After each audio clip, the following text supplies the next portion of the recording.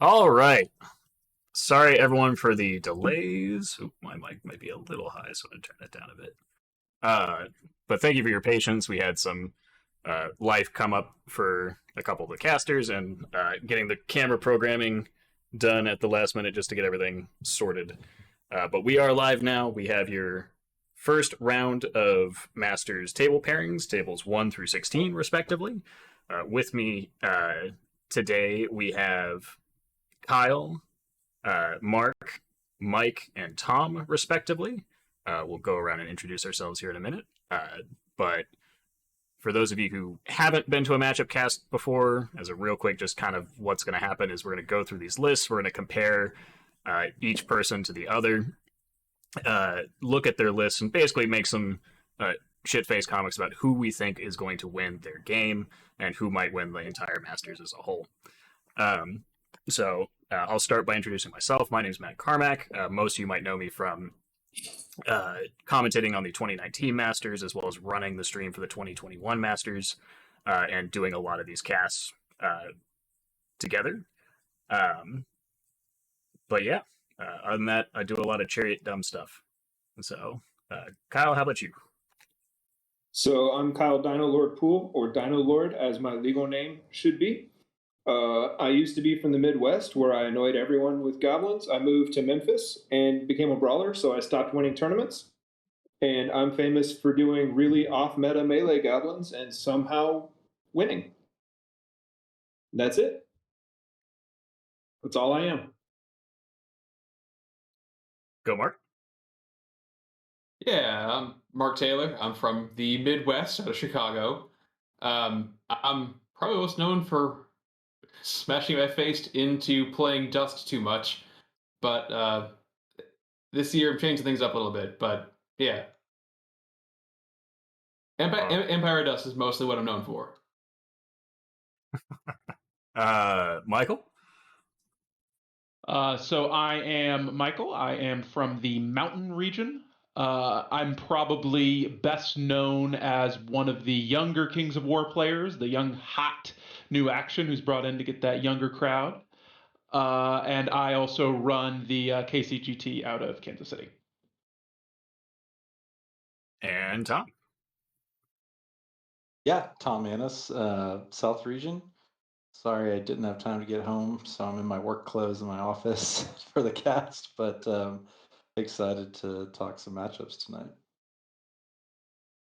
The Spy Master still at work. Alrighty, well, we're going to get right into it as we're a little bit behind, but oh god, what happened?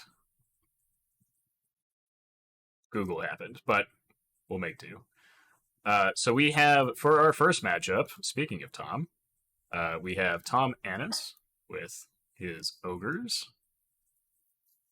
versus Kenneth Heisler and his orcs. I think the only orcs. Yep. If I'm not mistaken. Yeah, it's Rift Forged as well, but otherwise, the only vanilla orc. All right. Tom, if you want to read off your own list, and then if someone wants to volunteer for Kenneth's. I'll read Kenneth. You got it. Sure. So my list is pretty simple. It's 8 regiments of Ogre Warriors. It's 2 Warlocks, both with Drain Life and Lightning Bolt 3. 3 Sergeants, 2 on foot with the crossbows, and 1 with the banner of Abbottshire. And 1 of them on a chariot with a Trickster's Wand and a Crocodile. 2 Bullies, Amagrok, and then I allied in 2 Doppelganger regiments from Night Stalkers. So it's not the dirty 9x9 list you've been hearing so much about. It's a much more honest 8x8 list with allies. Gotcha. All right. I had to drink a little gin before I could read Ken's list. Kenneth is a beast with orcs. So this is going to be Skullface's army. He's got 1, 2, 3, 4 regiments of Morax with the Skull Pole, which is one-time use brutal. Disgusting. He has a young axe horde when you run out of points. A great axe horde. with the Skull Pole and Potion of the Caterpillar. He has a Fight Wagon Legion with the Brew of Strength, as you do. He has 2 War Drums, and of comedic note, they are named Pump Up and The Jam, respectively. He has 2 Crudgers. The first one is the Banner of Abbottshire, which is Spell Ward, right? I'm going with All right, Spell Ward, yeah. And then that one is Gagamax Bloody Banner, so Wild Charge +1, but that means he's on foot. And then he has a second one who is on foot with EJ's Periscope. So he's charging like he's height 3, always fun. 2 Crushers, these are the baby orcs. So first Crusher, Blade of Slashing on a Gore, and second Crusher, Naked on a Gore, so 2 little Speed 8 missiles. He has a Troll Bruiser, which nobody ever takes, with the Orb of Towering Presence, making it unit strength 2, nimble, regen, all that jazz. And Whip the Outcast, because that's how you get Veil of Shadows 2 in an orc army with low defense. And he ran out of points at 27 unit strength and 15 drops.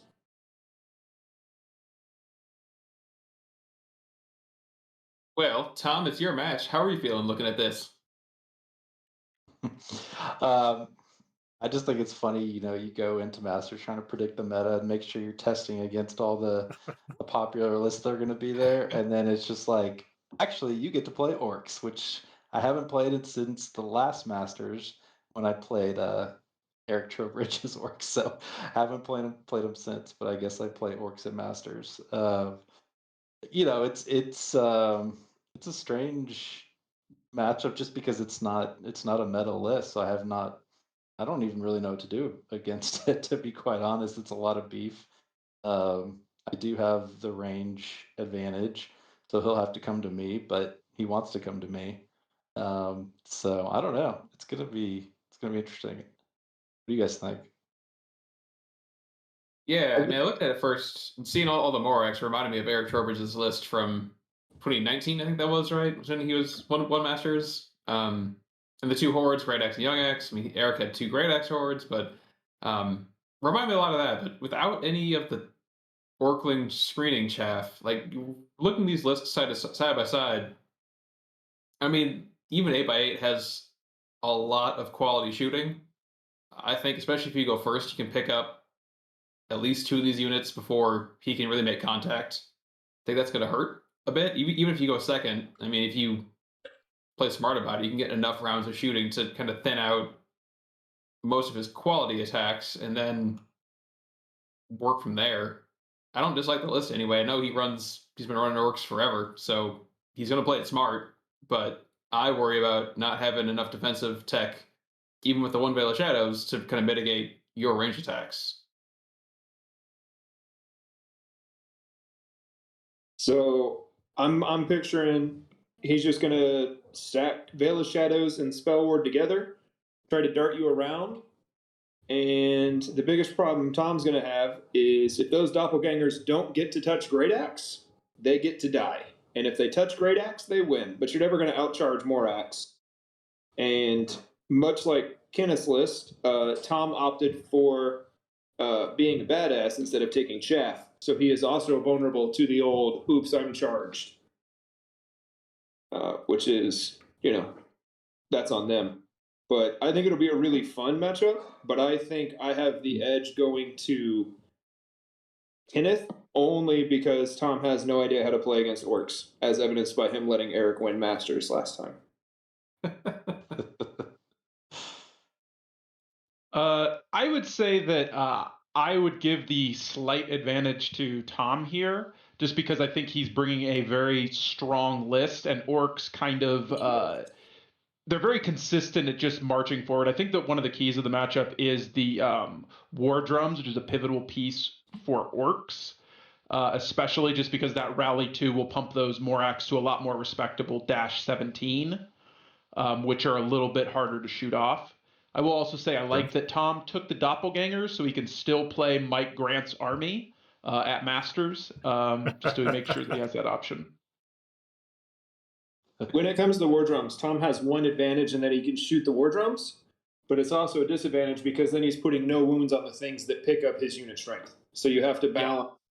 Do I shoot the rally bubble or do I shoot scoring units? And when Kenneth's going like 10 inches a turn at you, you get about one turn to make that call and commit. So just don't screw up, Tom. I think that this orc matchup is actually, it's not a terrible matchup against the 9x9 or in Tom's case 8x8, just because there is a lot of things he has to kill through, and the ogre 8x8 or 9x9 list is kind of death by 1,000 cuts. Yeah. We can call it the 8x if you will. Nice. Yeah. As a quick overview, I would probably put money on the 9x9 or the not actually 9x9. We're going to call it cookie cutter ogres though, so we can start drinking games. I think you call every single one on my list cookie cutter, Matt. It's man, He's Tom. trying to tell you something, Tom. Yeah. The ogre list is definitely it's a tried and true formula. It works really well. The individual characters all being scoring and all being super hyper efficient.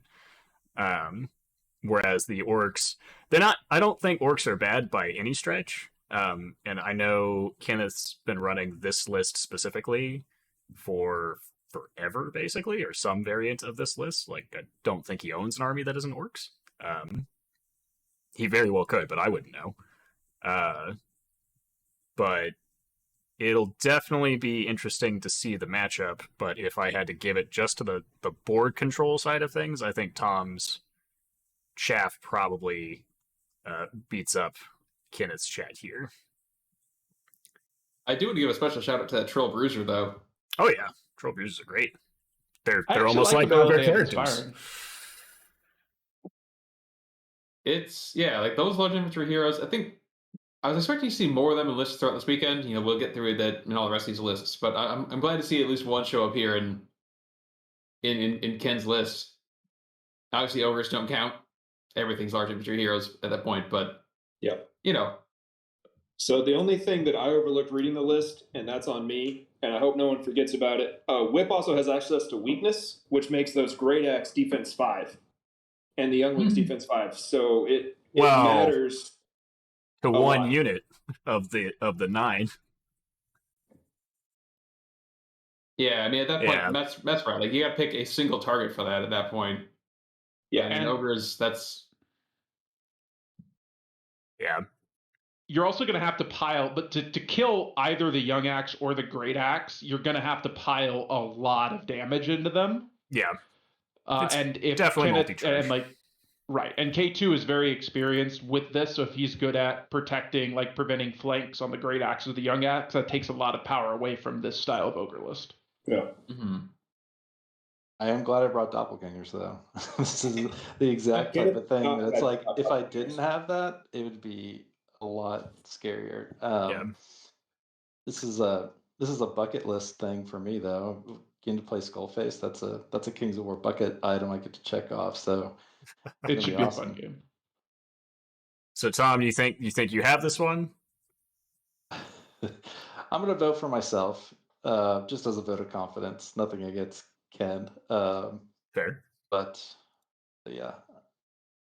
So Kyle, what you thinking? It's K2 all the way, dude. Have you seen Tom try to beat orcs? He can't. Fairness, I haven't, so I wouldn't know. What about you, Mark?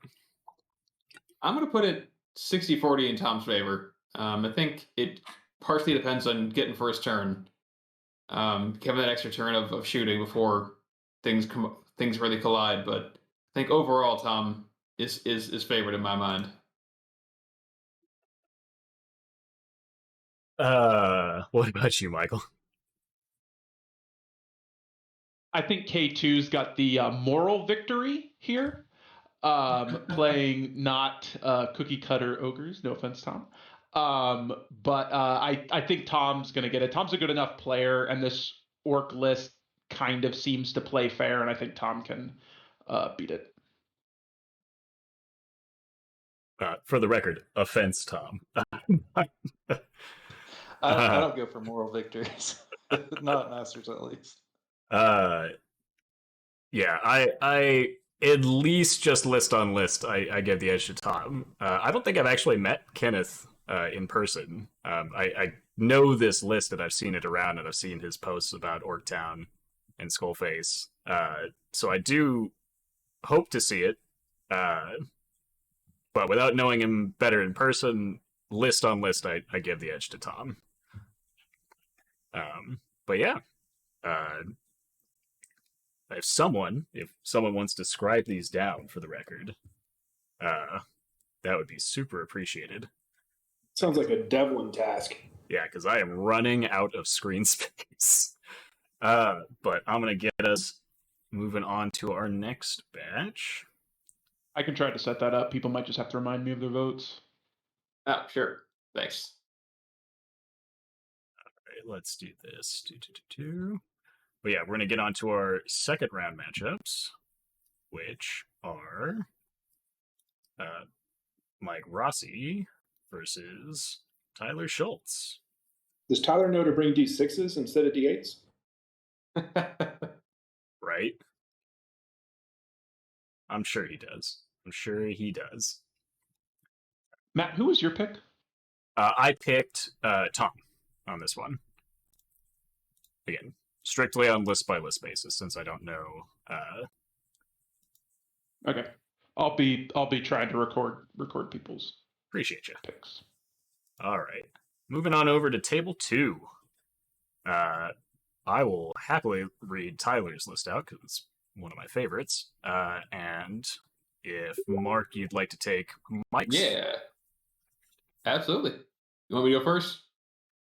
I'll go ahead and do off Tyler so I can keep running the show. We've got Brotherhood. I think one of the only Brotherhood lists in the whole matchup.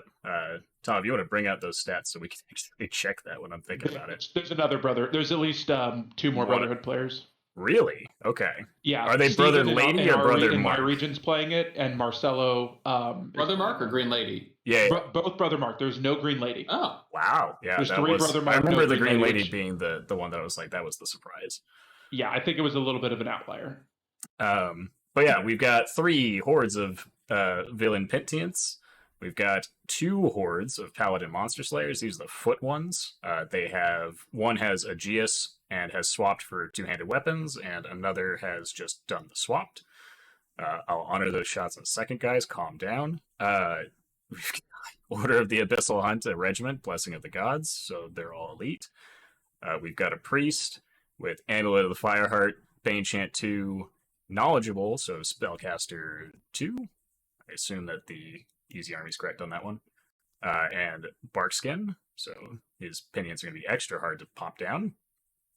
And we've got Oathsworn Guardians, which are just a fancy regiment of Foot Knights, but they have Rampage, Inspiring, Elite, and are Fearless, so it's just a really chonky regiment. And Super then fancy. Yeah, it's a very nice unit. And he's got 2 regiments of Paladin Knights, one with Boots of Striding, one with Potion of the Caterpillar. These are part of the formation, so they will gain Brutal. And then he has a High Paladin on Dragon with the Blade of Slashing and an Aegeus Fragment, and it gets Brutal and Cloak of Death, one of the best combinations of rules there is. Yeah. Coming out to 11 units, so pretty elite, and 30 unit strength, though. I think that's the lowest drop army of memory. It is definitely not. No, there are 2 10-drop armies. Is there? There's one Well, that's 9-drop how army, nice I'm that pretty sure. I don't know how much Brad's is, but we'll get to that. Oh, his is 10. That's So, a future problem. Yeah, future problem. Anyway, Mike's list. All right, Mike. We are starting off with 5 regiments of Iron Guard, the defense 6 foot troops, all with throwing dogs. I feel like I should say as you do in dwarves. If you're not throwing a bunch of mastiffs, I feel like you're doing dwarves wrong. Then we got 4 troops of sharpshooters, also excellent. Then we got 3 mastiff hunting packs that are throwing dogs from the pack, I suppose. A steel behemoth that's been upgraded to Gallic's Fury. A dwarf on large beast with the Trickster's Wand. Garrett Heavy Hand, and Faber Ironheart. All in all, 16 drops at 25 unit strength. Gotcha. Whole lot of dogs. That is a lot of dogs. a lot of shooting overall. And Yeah. Oh, yeah. effective 4 shooting. troops a of lot of hitting on sharpshooters. 4s, Ooh. a ton of piercing.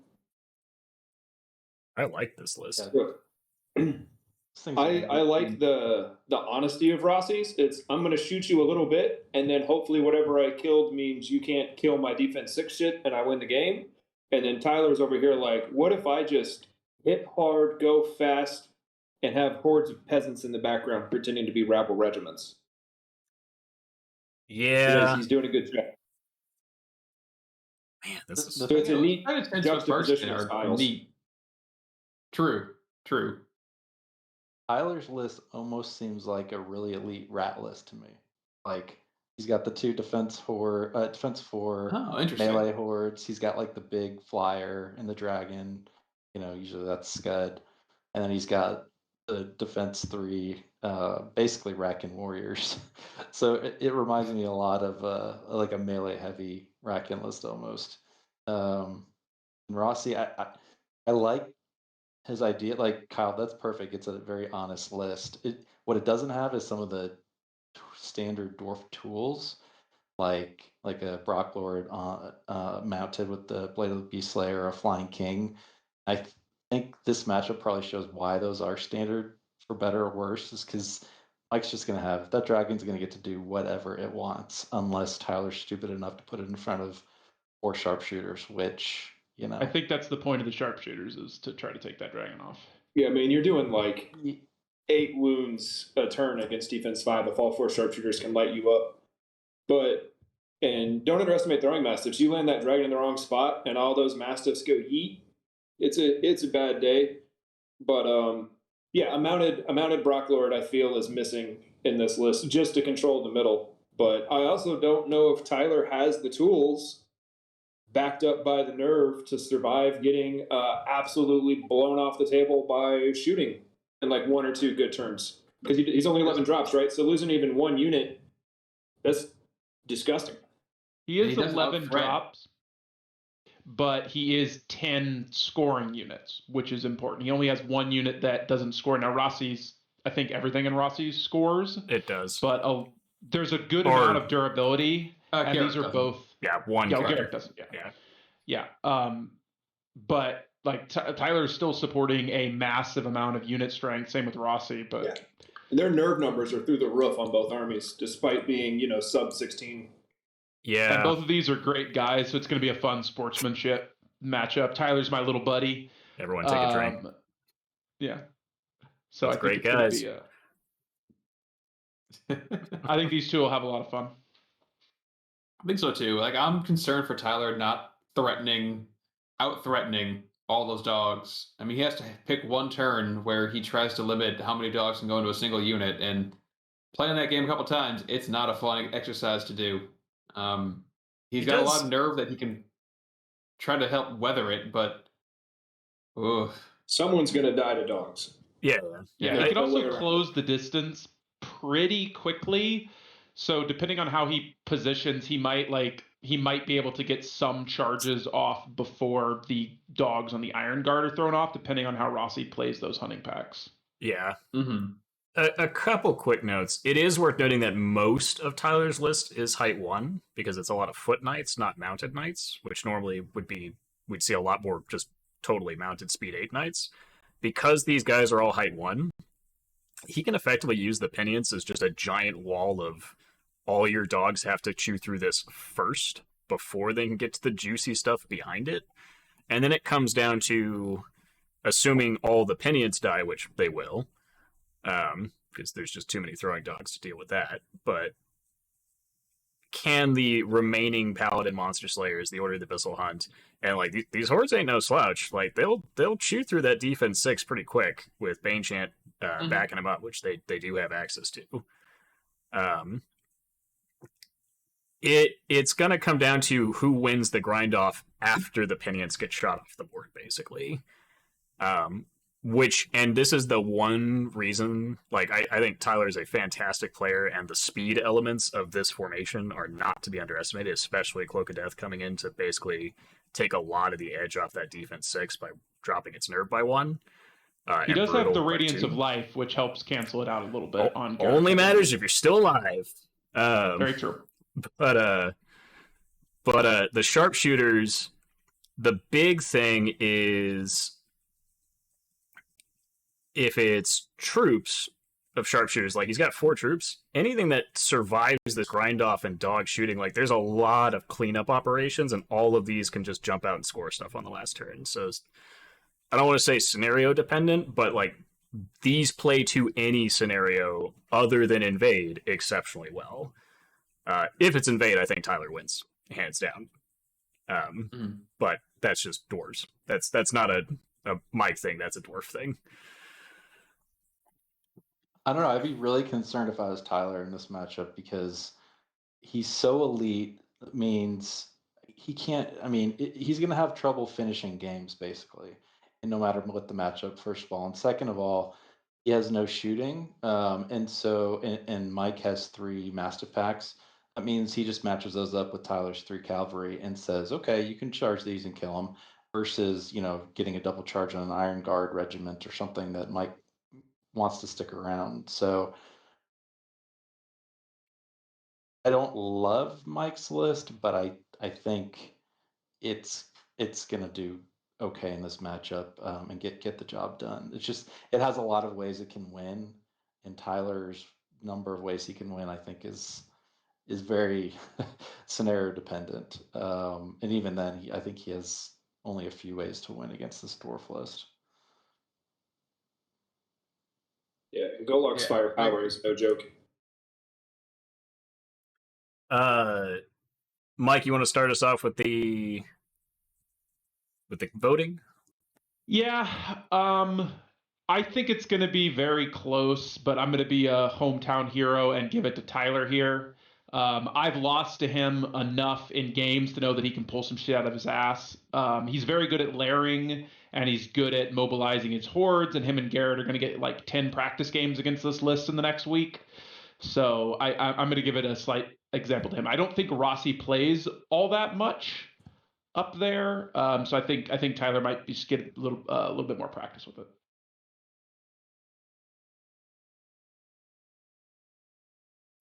Yeah, I'll go next.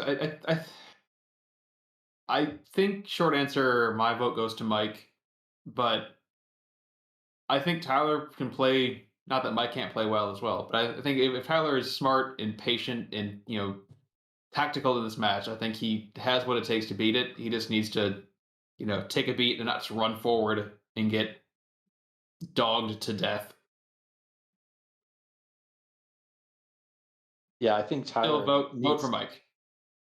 I think Tyler needs to be really aggressive in almost all of his games, and being aggressive against this dwarf list is exactly what it wants it to do. You to do against it, and there's a lot of ways you can get stuck or shot off if you come at it. So I don't think this is a one-sided matchup at all. I had this marked as one of my sort of toss-ups, but looking at it more, I think I'm going to give it to Mike pretty solidly. I thought this would be a really fun matchup because it showcases 2 really different philosophies to Kings of War, like completely different play styles, army types, and 2 different generals, but they're both really fun guys. So I thought it'd be a fun one to watch and harass from a distance. But I know Tyler's a good player, but I also know he's not bringing his ogres, and I like to think that's because I beat his ogres so bad he retired them. So because he's not bringing the classic 9x9 ogres, I don't think he's got the tools to handle Rossi's chaff and toss game. But I'm usually wrong on 100% of my matchup casts, so you're welcome, Tyler. Yeah, to wrap us out, this one's definitely going to be extremely interesting, but I will say that Adam made a point in the chat earlier that Garrett and Tyler have, the second this matchup was posted, pulled those lists and are immediately already practicing on UB. So I will give the edge to Tyler just on his fanatical devotion to practicing every matchup, if nothing else. But I do think, one, I love Mike Rossi's dwarf list. This is fantastic, and definitely what I want to see more of from dwarves moving forward. And I do think that he can pull this out, but I think it'll be very bloody and very close. But I would give the edge to Tyler. right. Moving right along as people are like, oh my god, it's going to be 4 hours. I'm like, have you seen these? They're always 4 hours. We're just trying. 64 players to get through. Yeah. Well, we're only doing the first half today, for the record, just to make sure. If people think, We're not doing all of them. No. yeah, It'll still holy be 4 god. hours, but Yeah, part 1 today, part 2 tomorrow. All right, we have. Moving on. We've got Croche versus Cory, and I'm going to butcher this pronunciation. So just don't. Wallitzer? It's I think it's Wallitzer. Wallitzer. Okay, so there's a T. Gotcha. All right. We've got the Basilians versus another ogre, and a really different ogre list compared to the rest of them, honestly. Yeah. Cory I brought can read ogres Donnie's last year. list. Oh, sorry. I was just gonna say Cory brought ogres last year, so he doesn't get any of the hate that people like me should get. No, he's an ogre hipster. He's not an ogre hipster. Oh, I guess he is. You're right. Yeah, because yeah. He played it He's with the OG. I gotcha. Yep. Michael, you said you wanted to read. Donnie. Yeah, I know Donnie pretty well, and I've played against this list a lot. Gotcha. Tom, do you want to read Cory's? Sure. Alrighty. Michael, go ahead and I can start us off. Yeah, okay. All right. Start with Cory. No big deal. So Donnie has 3 troops of Gur Panthers, 3 regiments of Paladin Foot Guard. He has Ogre Palace Guard with Chalice of Wrath and Dwarven Ale, nicknamed Two Hands and Mixed Hands. He's got Paladin Knights with the Helm of the Drunken Ram, which are nicknamed Banner Front, and Naked Unit of Paladin Knights are nicknamed Banner Back. He has 3 Ogre Palace Guard captains, and then Julius, the Dragon of Heaven. Okay. And Cory has ogres.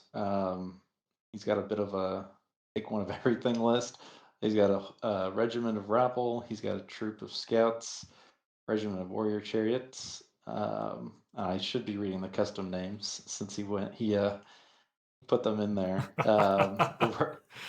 The rabble are we hold tokens. The scouts are we are even faster than those guys. Chariots are these ones go to 11.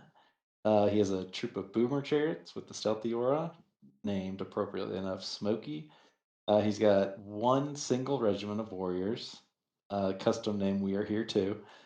He's got 2 hunter hordes, one with the Brew of Haste, custom named So Fast, and the other one named But We're the Cute Ones. A troop of Berserker Braves. I'm sorry, regiment of Berserker Braves with the name I cannot pronounce and won't try. Ayahuasca? Okay. Oh, I get it. Okay. 2 hordes of Siegebreakers, 1 Stankstone, and 1 with Chalice of Wrath. The Wrath is named We Are So Mad. We am so mad. 1 Wrangler named He's a Sweet Boy. They are, in fact, sweet boys. Those are some awesome units. 1 Ogre Warlock with Conjure Staff, Drain Life, and Scorched Earth. I really do like that Scorched Earth Conjure Staff combo, so that's a good take. Custom name I'm here for the Punch and Pie. 1 Foot Sergeant with a Bandit of the Abershire and Crossbow, custom named I Assure You I Can Shoot, and 1 Namagarok. 14 drops, 25 unit strength. I forgot to read Donnie, so his was 28 unit strength and 14 drops. So similar unit strength and drops. Yeah, Go ahead, Matt. This is the first ogre list I think I can't call cookie cutter for a while, because it's definitely not like some other ones. I think it's a solid list. It's definitely a little bit of a grab bag, but there's a lot of good units in here because ogres were a good army before warrior regiment spam. So I look solid enough. I really like Donnie's list. It sort of hits that quintessential I have layers in duplicate, or in Donnie's case, in triplicate, sort of first wave, second wave. I can clearly see how Donnie's army sort of wants to play on the field. I've got flanking chaff, grindy chaff, hammer unit. Like it plays the way that I think Kings of War plays. So I'm in love with this. I don't want to call it simplicity, but it really is. Like he knows exactly what his army does, right?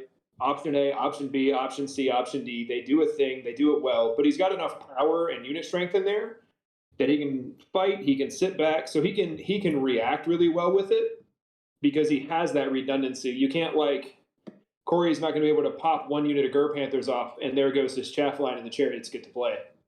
But on the flip side, Cory can do literally anything he wants in the game because he just brought something for everything. So I think it'll be cool. But boy, I like what Donnie's list does. Donnie's list is very focused, and Donnie has been playing it for a long time. So he's very familiar with this army, and he plays it very well. I like to say of Donnie that like I'm not like, oh, Donnie's here at this tournament. I just expect Donnie to be at every tournament because he's at every tournament. He was the second person to sign up for my tournament. So he's got a lot of familiarity with this list, and he knows how to play it well. Yeah, that's what I was going to say as well. He's been playing this list for, if not a year, pretty close to it. I think he made some variations after the Michigan GT in early October last year, but yeah, maybe he's been playing it for at least since I've known him. He's played a very similar list to this. Yeah, some changes like the Ogre Palace Guard captains are fairly new, but I think they're a good addition to the list. Yeah, for sure. I mean, I'm naturally biased against grab bag lists. I think it's just a psychological thing. I don't know why it is. I prefer redundancy in my lists. I don't like to have a variety of one-off tools personally. But I acknowledge that that's just a playstyle choice. But it means that I'm having a hard time seeing the efficiency behind Cory's list.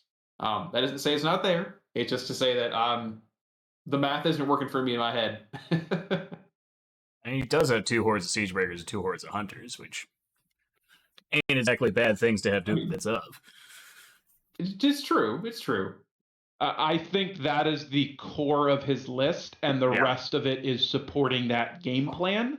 So I think that the actually having a grab bag army, I would call this more of a toolkit army than a grab bag, because I would say that this was created, like everything in this list has a purpose. It's not just randomly thrown in. No, for sure. I mean, I do like, yeah, like stacking Scorcher with the snare from the Hunters is a choice.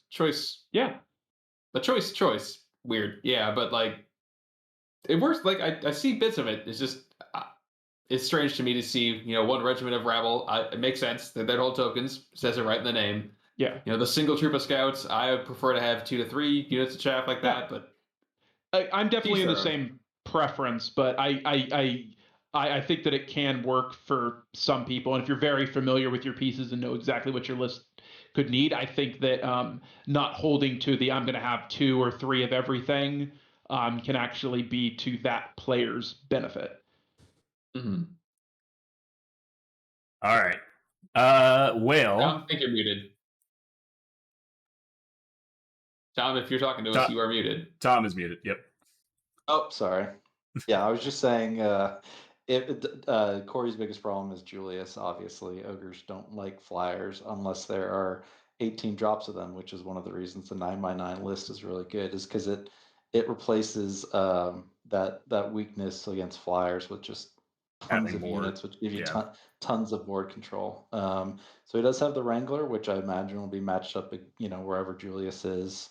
Donnie's list is basically an ogre list, which is kind of the reason I stopped playing Passing Lanes, because it's like it's probably the best way to go, but I don't have an interest in playing that type of list. It's a good list.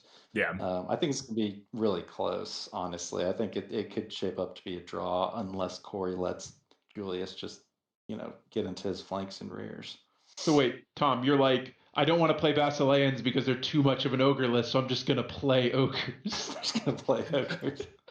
It's a strange journey to where I ended up, yeah. Mark, how about you start us off with the votes? Where do you think we should go here? It may be in region bias, but I'm going to give it to Donnie. I don't think it's an overwhelming odds of victory, but I do think he is favored in my mind. Cool. What about you, Kyle? Right now, licking Black Templar contrast paint, I'm getting sort of a Basilan aftertaste, so I'm going to have to go with Donnie. You can't go wrong with a list that follows the damn rules. Take things that are good, take them in triplets, play the game, win the game. This is fair. Michael? I'm also gonna go with Donnie on this one. I actually would love to play Cory playing against his list because I want to see how he runs it, but I know how Donnie runs his list and he runs it very efficiently. Seems fair. Tom? I think Cory has a couple of points that are wasted in this matchup with the stealthy chariot and the banner. I also don't think that he has shooting to really threaten Donnie's chaff, which he probably can't see anyways. But so I think that Donnie's going to get the charges plus the flyer and Julius, who's probably the best flyer in the game. I think it's going to be close, but I do think Donnie has the edge, so I'm going to go with Donnie. Gotcha. I'll throw the wrench in the spanner and say that Cory gets it for me on the sole principle that he's not running either a 9x9 or 4+ Hordes of Siegebreakers, which already makes me significantly happy to see that there's at least some breathing space in the Ogre meta, or at least attempted breathing space. We'll see. Are you just voting as a fanboy? Oh yeah, absolutely. He's voting as a hipster. Yeah. I also like this Basilian list too, man. I mean, it's also just very clean. Like, irrelevant of the take it in triplets, it also has almost no magic items except for the 2 I would expect to see on his units that he can't have wavered, basically, the 2 hammers. And everything else is just naked. It's just straight units, no items almost. Which is also true of this Ogre list, because I was peeking through and I was like, I don't want to make a quick thing, but like, most of these Ogre units don't have magic items. He's got a couple very choice ones thrown in there. But yeah, moving right along, let's hit up table 4. Find, there it is. Boom. We've got everyone's favorite elf player, Keith Randall versus Pat O'Neill. His list doesn't say victim anywhere on it in the title, does it?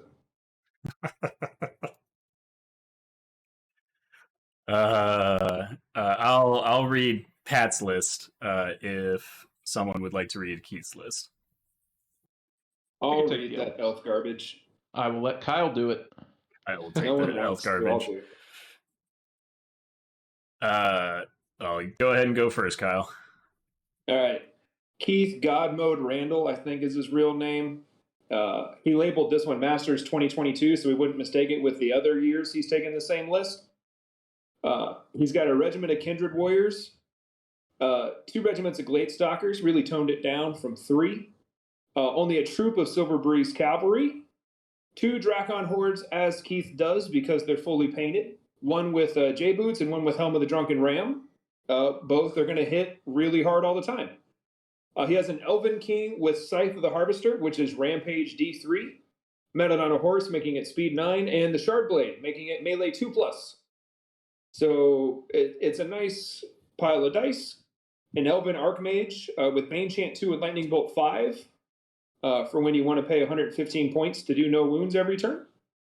And another Archmage with Boots of Levitation and Alchemist Curse 4 on a horse. That model is terrifying. Nimue Waydancer, if you don't know what she is, she just breaks all the rules in the game once per game. She has Cloak of Death, Stealthy, Wanderer of the Ways, so once per game she just decides to fly and gets the Boots of Levitation ability. So she's annoying. And then he has the Hunter's Formation. which is 2 Drakon regiments that gain Spell Ward and Nimble, and then a Lord on Drakon that gains Rampage D3 Spell Ward. Glad you knew what that formation Only was. 13 drops and 21 unit strength. And I think he's 5 points short because he was too late to put Fire Oil on somebody. Right, like what the fuck is this? I think it's a Blade baller Stalkers, move. Give him Fire Oil and shoot that Troll Bruiser with a Towering Orb. All right, try harder next year. Couldn't He's find a just been 5-point like- item? Yeah, I can beat you without the 5 points. He's given his opponents a handicap. He's going to be the first U.S. Masters at 2,300 with a 2295, right? I did confirm with Keith that is a mistake, but I don't think he wanted to take any penalties for resubmitting. It's a mistake he's going to live with. It's also kind of a nice flex, so. Over to Pat O'Neill here. We've got 3 troops of dwarf sharpshooters. Seeing a trend here. 2 regiments of mastiff hunting packs, both with throwing mastiffs, like you do.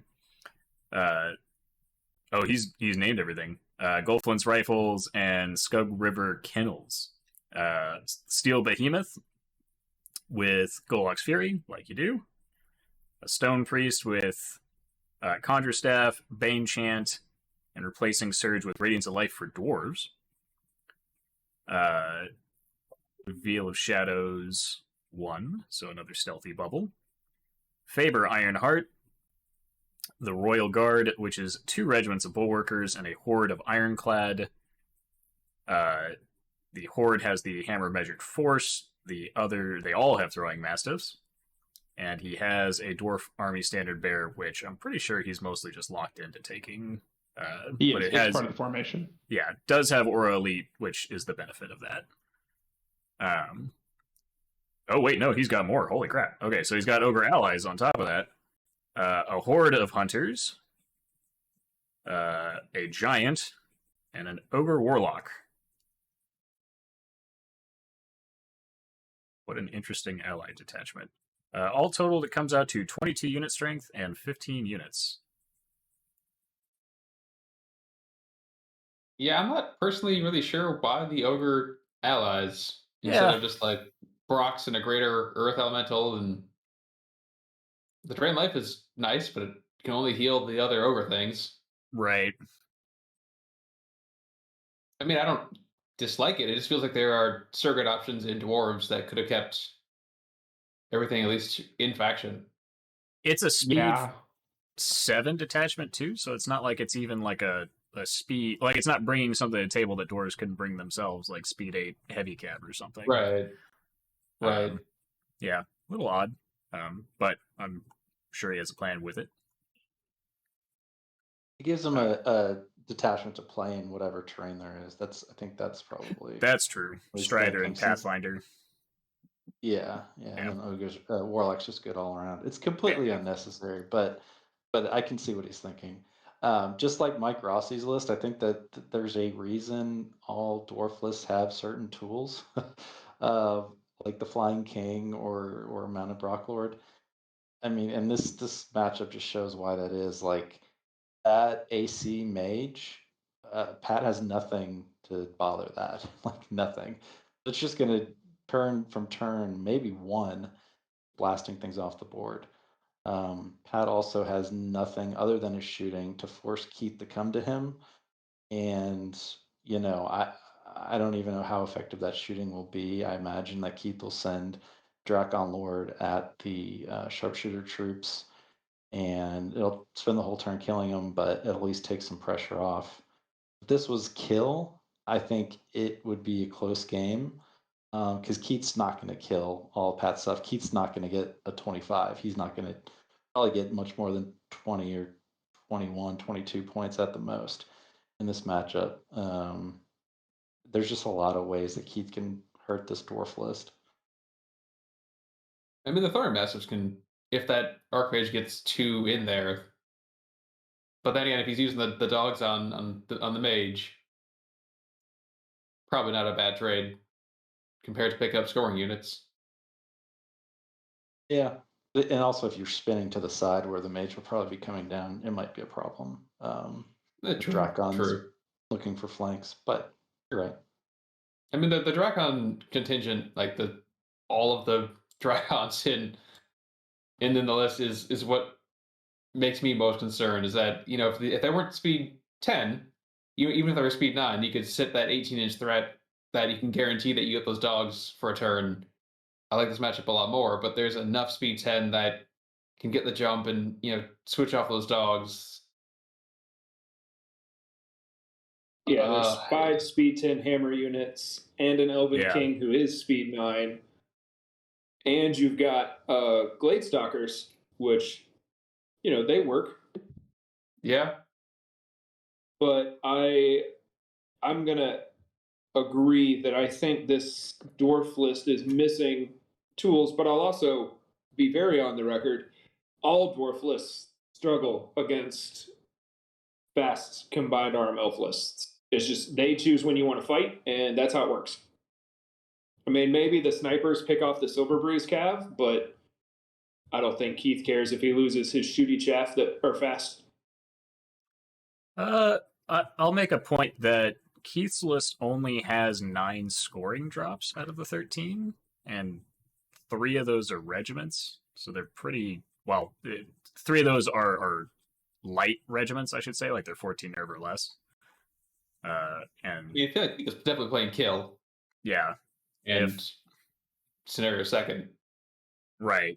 And the dwarves do have 2 phalanx regiments, which are definitely not things that Drakons like to see, because the one thing that actually does stall them up is not hitting on 3s consistently. So it's, I mean, the trick, of course, is just avoid them. Like, don't charge the things with phalanx in the face. And when you're speed 10, you shouldn't have a problem doing that. But if he can at least make it difficult for the Drakons to, like, engage by playing super cagey, which, as a dwarf, he's going to have to, and takes the time with his, I don't want to call it better shooting, but shooting that I think will hurt Keith slightly faster than Keith will hurt him back. Especially if he deploys where the Kindred Gladestalkers aren't getting shots off on the first turn, hopefully. Then there's a shot, but Keith is obviously a very experienced elf player, and this is pretty much, in my mind, I'm not going to call it cookie cutter because it doesn't have elf archers, which I do think still deserve a shot, but Gladestalkers being the hot stuff right now, this is the current iteration of the have really fast glass cannon hammer things backed up by really strong hitting on 4 with elite shooting. So you punish when people come to shut down your shooting by having the fast stuff that you can engage with first. So you play elves right, your opponent doesn't get to pick to do anything. It's an elf list. Yeah. Like, I feel like Pat's going to kind of struggle against that. I think that Keith's a good enough player that the Drakons aren't going to be coming into the Bulwarkers, and they're just going to kind of speed 4, dirtle around, trying to get that matchup desperately, and then just not getting it. Yeah. But I think that the scoring unit differential is the only thing that could put it in favor, but their unit strength is similar, and if Pat didn't have that contingent of ogre allies and he had more dwarf meat and maybe some more sharpshooters, I think I would like his chances a lot better. Yeah. I mean, like, even with the difference in scoring units, the mastiff hunting pack and the sharpshooters, they're going to vanish. I don't really count them. Like, sharpshooters aren't going to be a scenario presence unless it's control. The hunting packs are just going to be dead by turn 4. So I do think that it comes down to how effective the sharpshooters, but also if any of those dogs can actually get off. Like, once Keith starts losing units, it goes, by units I really mean Drakons. If he loses 1 or 2 Drakon, even regiments, this starts to get really bad for him pretty fast. Oh yeah, which sharpshooters can do. Yeah, they can take off some Drakons, but there's a chance. I also will say I really love the build that Keith has for his Elven King, Scythe of the Harvester and Shardblade, because Scythe of the Harvester is Reaper, or is a Rampage. Yeah, so it'll be very good against that, and I just love that cleans up regiments. Yeah. It's a chaff killer. Yep. It very much is. It's very. I love that. I love that design. I just want to give Keith props on that one. I'll throw it to you then, Michael. Who do you think wins this? I think we have a pretty clear answer, but Yeah, I don't know of Pat, so I know quite a bit of Keith, and then just list to list, I'm just going to give it to Keith here. 5 points down, Keith. Yeah, Keith's known as the Bane of the Midwest for a reason. I'm gonna take only me and Eric Trowbridge. We never seem to beat him, usually by our own mistakes. But that's Keith's accolade. So I'll take it that you're voting for Keith then, Kyle. oh, absolutely, and he's in region, right? I gotta somehow I got partnered Support with the him, boys. so it's all Keith. Yeah, I think overall odds are in Keith's favor for sure, but I don't think Pat's odds are that low. He's not on a 10% odds of winning here in any sense. Just for the upset value, I'm going to vote for Pat. I think he can definitely pull it out if he does it right, but he has to do it right for sure. He can't accidentally win this game.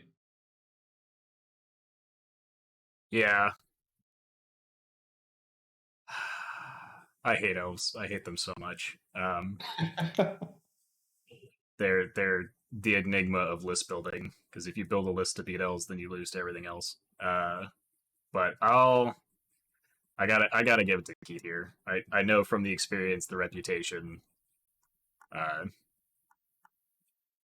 Yeah, if Pat gets some good opening shots and Keith makes mistakes, which at Masters is usually the last thing you hear as a viable strategy, is hoping your opponent fucks up. But yeah, I think Keith probably has this pretty soundly. Alrighty. Memphis dominate. Yeah. Anyway, let's dominate. Yeah. I mean, always a chance. Always a chance. It's Kings, man. When we say that someone's gonna win, it's like, or a list is super strong or something. I mean, you can. I've won tournaments with literally garbage lists, like stuff that isn't at all viable. And I know plenty of people. The store that I used to work at has a store army that is absolute garbage, and 3 different people have won a tournament with it. Maybe it's just the luck of that army, but to me, it's just a perfect example of good play in Kings is what wins games. Elite AC4 on a levitation mage also. Yeah, say Shotgun horns also in games. I just think Pat's missing tools, and he's going to have a really tough time against Keith, who's coming to win it all, I think. Yeah. All right. Up next, we've got Nathan Clevenger versus Greg Pearson. Tom, if you want to read off Nathan's list. I can take Greg's. Gotcha. Perfect. And whenever y'all are ready. You want me to go first? Yes, go ahead. Okay, this is if you listen to me on Countercharge, this is my dark horse pick, Nathan Clevenger. He has 2 legions of bloodworms, one with elite and one with hammer measured force. Ouch. And then if you're going to take multiple legions of bloodworms, of course, you're going to take a planar apparition. And Horde of Rift Weavers are bullshit, so of course you're going to take one of those. Horde of Fiends with Brew Strength. Speaking of bullshit units, 4 regiments of Still Flayers. 1 with Blade of Slashing. He's got a Horror with Conjurer's Staff, a Vicious Aura for the Legions, and Bane Chant for the Legions. Also has a little bit of Poke with Lightning Bolt 3. He's got, another bullshit unit, Banshee with Zephyr's Crown and Resonant Chorus. So that's what, how much does Zephyr Crown give you? 5? 3 plus 3. 3. It goes up to one blast 8. So 28. 8 times 2 every turn. And then Shakira. Another bullshit unit. So 12 drops, 23 unit strength. I think the strategy is pretty obvious. I do like this list. That's how you really feel, Tom. Hey, I want my dark Not like horse he pick took to be taking bullshit. 9x9 ogres or anything. Yeah. Go ahead, Mark. All right, Greg is running forces in nature.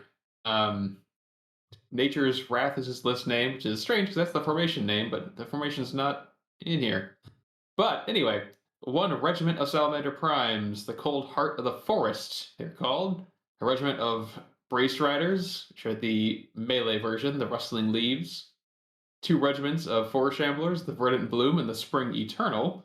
A horde of Earth Elementals, the Unyielding Stone with sharpness on those. 2 regiments of Scorchwings, the Cleansing Flame and the Fires of Rebirth.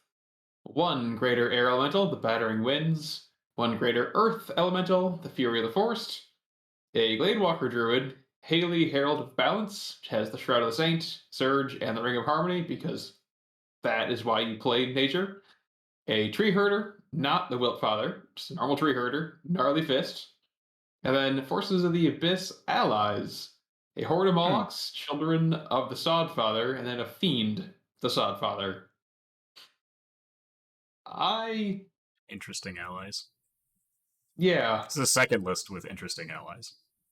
So Greg's army, he wrote an article on it because Greg is a contributor to Dash 28. He wrote an article on this before 2019's Masters, and I think this is I don't remember the article entirely, so I apologize to Greg if I'm wrong, but I think this was mostly a hobby army that he built in preparation for 2019. So this might be a travel concern army. Because his other army was a super high drop ogre army, the Ogres of the Moonlit Hunt, which was all over Dash 28, which is a lot higher drop and a lot bulkier. So, and sexy. Seems fair. Yeah, it looks really good. Yeah. So Greg's, if you haven't read Greg's articles and looked at his models, it's like all good stuff. He's in the Unplugged Radio circle. Gotcha. I mean, it's not like it's a bad nature list. The allies are an interesting choice. I think Molochs in general are, I mean, granted, air elementals are also defense 4, but they're at least fast enough to get a jump on any of the shooting. But with as much range presence as at least I was expecting going into Masters, and not really enough chaff to cover them, I'm not sure how those Molochs ever really see combat. Yeah, there's not enough air elementals in this nature list. Clearly, that's Yeah, they should have had Nature's Wrath in the Nature's Wrath list. Yeah, I'm very familiar with Molochs, as we'll see when we get to my list, and they definitely need a sophisticated delivery system to get their points worth, despite being very good. Yeah. But does Nathan have list is... the shooting to do it? Because he does have, I mean, he's got Wind Blast everywhere, but I don't see a crazy amount of shooting. Like, he's got the Banshee, he's got, which I think does damage with the Wind Blast, right? Is that correct? Yeah. Okay. Yeah. It's the Wailing, Banshee's Wail. And then I don't remember if Shakira does as well, but I would assume that she also does damage with her normally non-damaging spells. But other than that, this is a combat list. There's not a lot of shooting here. There's a lot of anti-shooting. Like, you got your Spell Ward aura, because why wouldn't you? And obviously, Clevenger's list is a combat list, but it's a weird one because it's a controlling combat list with all the varied Wind Blast and speed, and then that double Bloodworm Legion. It wants to fight, but it has enough stuff to only fight when it wants to.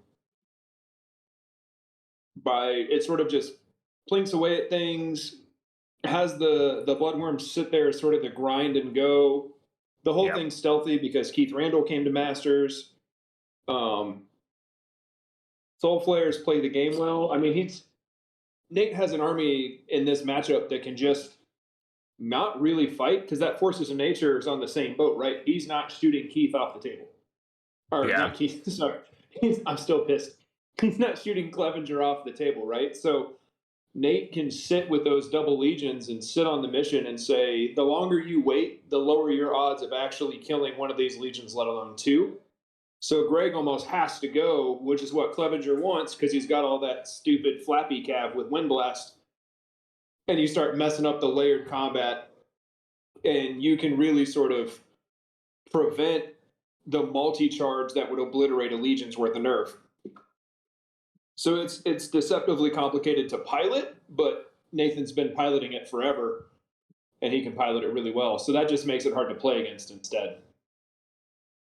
I mean, I'm just saying, it's really hard to hate any Night Stalker list that has to play in our apparition and also 4 Soul Flayers and a Horror Rift Weaver. Like, that's all a lot of very quality. Like those Bloodworm Legions are so sexy. Later, I when he doesn't waste anything. Yeah, like I'm not personally sold on the horror with Bane Chant. Like one of them has Hammer Measured Force, so like I guess the Bane Chant really is going to Soul Flayers probably, or the Fiends just to get you down to crush 3. Vicious Aura for just the 2 Legions seems like a choice I wouldn't necessarily make, but I don't hate it. Those Bloodworms aren't going anywhere ever. Yeah. There's outside of the Molochs, there isn't a whole lot of just straight up punch in the Force of Nature list. Like, I mean, there's surgible, stuff to try to get around flanks and whatnot, but if you don't get to the flank, which is going to be pretty difficult with all the Wind Blast and the... I mean, honestly though, like that tree herder, what in Nathan's list? I mean, it's the Hammer Rush for Bloodworms.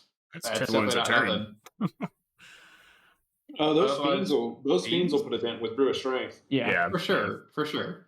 And Flank with Soul Flayers, things will do wounds. There's not a lot, I think. Shakira's crushed 3. But having watched Nathan play, you just ignore things like that because no tree herder in the game is going to kill a Bloodworm Legion either. So you're like, you can hit me all turn. I'm unit strength a bunch, and you can't kill me. I think that the only way the nature list has a chance is if is in the grind. It has some durability, but the thing is so does this Night Stalker list with the Bloodworm Legions. So it can almost outgrind the Nature's list, but they're of comparable unit strength lists. So if you take out some of those Soul Flayers and those Fiends and it's just the Bloodworms at the end, you might have a chance, but there's also some flimsy units like Scorchwing Regiments. Yeah. Which might hurt you on that end. I mean, I just don't think he's going to have anything that can chew through the Bloodworms. Like, he could throw 4 units into those things, and they will still be... There's just not enough dice in this nature list. Like, it's all 12 attack units, most of them on 4s. And I know we're worried about the crushing coming out of this list, but if you think about it, 1, Soul Flayers, getting into some flanks, it won't matter. And he's got 4 of them, and he's got Bane Chant, and he's got Vicious for his infantry, so those Bloodworms... The Hammer Measured Force ones are going to be actually even more nasty than I initially thought, because Vicious will still stack with that. Gonna be a time. What do you think, Tom? I mean, it seems pretty straightforward to me. Greg doesn't have anything to get the Legions off the objectives, and Nathan's going to put them where they're going to win him the game. And if Greg tries to come in, he's definitely not popping them, no matter what combination of units he has, into the Legions. And so that means he's getting flanks from Soul Flayers. Meanwhile, he doesn't have a lot, or really anything to deal with Nathan's individuals. And so they're just going to, over the course of 6 turns, pick off 4 to 5 units at least by themselves. So I think this is a bad matchup for Greg. I really like Greg, but I think he can't get through the Legions. So there's not a lot of lists that can, to be fair, but he can't really play scenario against this list either and avoid the Legions, because he's going to get wind blasted off the objectives, and those individuals are going to control the board. So I'm going to give it to Nathan. Mark, what you thinking? I mean, I'm going to give it to Nathan for sure. I don't dislike the nature list per se. I'm not going to say I like it either, but if it's built for hobby purposes, then I understand. I understand that. But list on list, I just don't think Greg has the tools. Kyle? It's Clevenger. I just don't see where Clevenger doesn't have one of the top performing lists at Masters. Damn. Michael? Yeah, it's got to be Nathan here. It's kind of an unfortunate matchup for Greg, and I think Nathan's list is very good. Yeah, it's definitely, I think for me, this is our first, might be our first landslide one, but if Keith didn't get it last time, but yeah, Nate, this list matchup is just rough. This is our first 5-0, yeah. Mm-hmm. Oh, there we go. Alrighty. That's a number Tom's never seen at a tournament, I think. Damn. You just murdered him. Fucking ow. That's because he freaking tabled me at King of Monsters last year, so he got to play with the big boys. And I got to submarine the whole tournament. I felt that one. Fuck. All right. Moving on to table 6. Let me get our list out here. We've got Timberlake versus John Vaness. More dwarves. And I think our first Twilight Kin? First Twilight Kin of the evening. Let's get Michael to read off Timberlake's, and let's do Mark for John's. I'm ready to start. Yep. Do it. Sweet. Okay, so Kyle is running a troop of Ironclad with dogs, and I think everything but the Shieldbreakers have dogs, so just assume they have dogs. 3 Iron Guard, all with dogs. Shieldbreaker Horde with no dogs. Bulwarker Horde with Brew of Strength and dogs. Rangers with Staying Stone. 2 Iron Belcher Cannons. 1 Battle Driller. 1 Dwarf Lord with the Wings of Honeymates. A Berserker Lord with the Blade of the Beast Slayer and mounted on a Brock. 2 Stone Priests, 1 named the Golden Brother with Banechant 2, Radiance of Life, and Barkskin. The other one is the Fiery Brother, who has Banechant, Radiance of Life, and Alchemist Curse. He also has Feybar Ironheart. He's got 22 unit strength and 15 drops. Right. And John, Twilight Kin, we got 3 regiments of Gladestalkers, 1 with fire oil. We got 2 gargoyle troops. We got 3 abyssal horsemen regiments, no items on any of them. 2 mind screeches, a summoner crone, the boots of levitation, and a horse, and alchemist curse. So that's drain life 6 and AC 4. We got Mikhail, Lord of Nightmares, and Raphael Bleakheart, the 2 living legends that you. Raphael, for sure, you're going to take in Twilight Kin. Mickey, probably should. Although, I will say to jump straight to list analysis, if you're going to take Mickey, you should probably take Ho Shadow Beast just to double up on that nonsense. Especially if you have Boots of Levitation on a horse where you can deliver that crone wherever you need him to be. Otherwise, this is. I guess the horsemen aren't really what I would consider bog standard for Twilight Kin this year. But the rest of this, the Gladestalkers, the Gargoyles, Mind Screeches, Crone, and Lothael, it's pretty much what I would expect to see out of most Twilight Kin lists. I actually think the Horsemen are a little bit underrated in Twilight Kin. And I know John has played Abyssals in the past, so he might be familiar with them from that list, which might be why he's running them. So they kind of add a speed element to the Twilight Kin to give them that kind of punch, kind of doing what elves do with Drakons and Gladestalkers. So that might be kind of his thing. Yeah, I guess he did need the unlocks, because typically I would have assumed Fiends Yeah. But Fiends don't don't unlock here. Yeah. Um, Kyle's list. So I played against Kyle at I want to say last year's Masters. It was last year's Masters or last year's Lone Wolf. I don't remember which. And Kyle was playing a list very similar to that. And it was pretty effective against my Kingdoms of Men. But he's upgraded the list with some Stone Priests and Faber Ironheart, which I think are good additions. So I think it's a very solid block of dwarf list.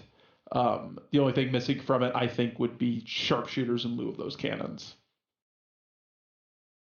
I agree with that. I'd rather see sharpshooters than cannons in that particular list. But yeah, me and John build lists very differently. So I always look at John's list and I'm like, I don't like that. But then John wins, and he's a great player. But what I'm seeing in John's list is not a great way to open Kyle's list. And throwing mastiffs don't care about your stealthy allies. They don't care about the fact that some of your things made it all the way up to defense 4. I think sharpshooters would have been terrifying to face. The cannons, I think John's okay with, but I really just don't see a tool in that Twilight Kin list. I don't word good to open him up. Like, you can't have a non-host shadow beasted Mikael pick up a defense 6 dwarf army. The horsemen can pick him up. Crest 1, Thunder 1, they hit, but I don't see them picking up an Iron Guard regiment, and they don't want to be on the receiving end of that grind once they lose that Thunderous and go ahead. Like, it's still there. Like, it's still going to be a fight. Don't get me wrong. They're going to fight, but I think I'm giving the edge to Kyle on this one. John's list looked like it's built to beat all the Gladestalker spam and the other elf and the ogres. Like, I think that would decimate an ogre list, but I don't think it wanted to fight a stack of defense 6. Yeah, I think those gargoyles need to do a lot of work to allow entry in on the dwarves. Yeah, and even if he does successfully deliver everything, you got to be picking up a lot of units in one, or else you're gonna have a real bad time. As soon as that cap is locked down, it's done. I think but you punch a hole, the dwarfs lose. So it's going to be a tight match. What do you think, Tom? I think that the sorry. Yeah, I think Kyle's right. John's beating to build other lists, and then just like me, it's like, oh no, actually you get to play this super tough dwarf list. Kyle's list does concern me a little bit because he doesn't have a ton of chaff. And so I think he is vulnerable to taking a couple charges and losing units that he can't, too many units he can't come back from it. But he's got, unlike the other dwarf lists, he's got all the tools. I mean, the Flying King and the Brock Lord are going to have to give Mikael pretty wide berth, but they'd have so many targets, so many things they could be doing against John's list that I don't think it's going to be a problem getting value from them. And then, yeah, I just don't think that John is going to shoot Kyle off, shoot him off the objectives. And when John eventually comes in, when he has to, he's going to get punched back and dogged to death. So, yeah, I really like Kyle's list. I know he's been playing it a ton. Knows exactly where to put everything. There's some scenarios where John could definitely win. Just list on list, thinking about the unit matchups. I think Kyle's in a pretty good spot. I think my biggest complaint about Kyle's list is I just don't really know what the Barkskin is really meant to be doing in there. Like on the Shieldbreaker Horde, maybe? Yep, Shieldbreaker Horde. Yeah, it's the only thing that's not defense 5 or higher. Right. Well, and the Rangers. You're going to get 2. I mean, I guess 2 hits is not nothing, but dwarves also don't have heal in their list. So it might actually be more efficient to take Barkskin over. I would rather have seen like Wither and Perish or something where you can have weakness, so that way I can buff anything, right? Sure. Defense 6 can still benefit from weakness, but you have to be in range to cast it where you can just sit in the back with bark skin and do your bullshit. But I don't know if I love that choice, but on the whole, I do love his odds against John's TK list. Same. Yeah. My only real comments are that, I mean, yeah, I'd prefer sharpshooters over cannons just because scoring units and it being the thing. Plus, I think they're more efficient than cannons in the long run. The high accuracy shots land hits and actually get stuff done. Yeah, I like the Twilight Kin list, and I do think it's Michael's point about it imitating a good elf list with the high speed, high shooting combo. Like, I see that, but it's all no piercing. There's no piercing in there except for the lightning bolts coming out of the mind screeches. And it's still only pierce 1 there. Whereas the dwarves have a significantly better amount of shooting, in my opinion, between the throwing mastiffs, the rangers, the cannons. I think he can just win the shootout, realistically. I think he just can't chew through. You don't want to see defense 6 when you're running Gladestalkers. That's actually the one thing you don't want to see a lot of, because if it runs in front and absorbs all the shots, like, you just can't poke through it, even with... Yeah, if it wasn't for the dogs, the Dreamslayer Venom helps with that. You know, effectively having hammer measured force, but I don't think it applies to bows. Or to charge. Or to the... Yeah, it's only melee. Right, exactly. So, but if they get close enough to charge, they're going to get dogged to the face and just chewed up and dead. Right. Yeah, my point is that the regiments and the shooting aren't going to be able to plink this army to death. They can't do what they want to do. Like, against a defense 4 army, John's army is disgusting. Against a defense 6 army, it's okay. We'll see. That's how I'm viewing it. And I'll call that my vote and give it to Timberlake to start here. Yeah, same, Kyle. Is it a second 5-0 for Kyle? Yes. I picked John, actually. Oh. Fair. I think the horsemen are enough to break some of the Iron Guard. I actually think the hordes are going to be his biggest problem, especially that horde of bulwarkers. But I think John has the tools to do it, but I would not be surprised if Kyle won either, because Kyle's a very good player.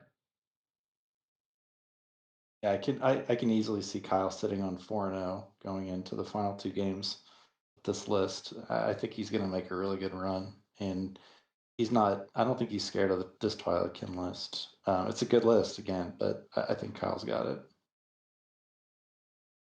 Alrighty. Well, that's 4 to Kyle, 1 to John. So best of luck. Moving on to table 7. We're past a third of the way there, guys. Yeah.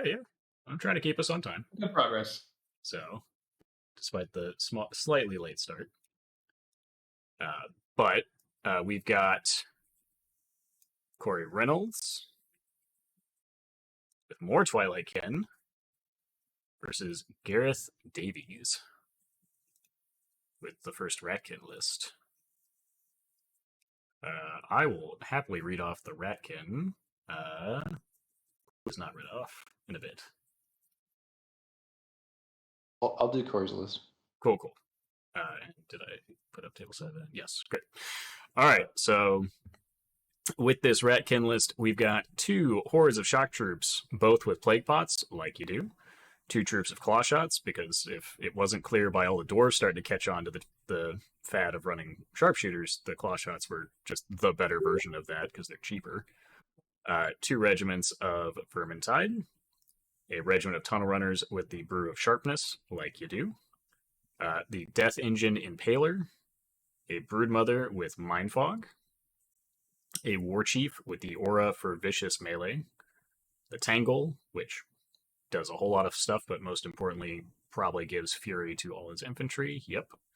And Scuds, Demon Spawn of Dew. He's allied in some Night Stalkers, a regiment of scarecrows, just a literal single regiment, and a void lurker. So it sounds like he's actually allying in a void lurker and took the scarecrows because he had to. Coming out to 14 units, 21 unit strength, and I'm pretty sure everything, one non-scoring unit. The chieftain, but everything else is scoring. Nifty. Okay, and then Cory Reynolds from the Northeast. He either has the best Twilight Kin list in the tournament, or tied for the best with Jeremy Duval, who's they run extremely similar lists. Fair. So Cory's got 2 regiments of Impalers, one with Brewer Strength and one with Helm of the Drunken Ram. He's got 3 regiments of Gladestalkers, which I think is probably the right amount. He's got a horde of Neophytes with the Hammer of Measured Force. He's got 3 Mind Screeches, so keeping it soft. He's got a Crone with Abbotshire and Alchemist Curse 4. He's got a Soulbane Dreadfiend with the Trickster's Wand. Really like that on height 4 units. That's probably the best use of that item. And Hex is just so good right now. Mikael, I don't think you actually do need the Host Shadow Beast. That's a lot of points invested. I think you can get value from Mikael without that. But anyway, and then the auto take broken Lathael. Also obligatory. Yeah, the new Namagrok. Yeah, the special rule is nuts. Yeah, it's stupid. Elite Alchemist Curse without Stealthy or Spell Word. So dumb. Jeremy's done that to me plenty of times.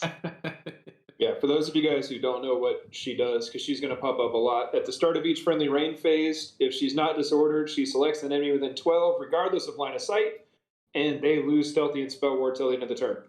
All spells targeting this unit may reroll all natural unmodified to hit rolls of 1 until the end of the turn. And also gives the spell elite, yeah.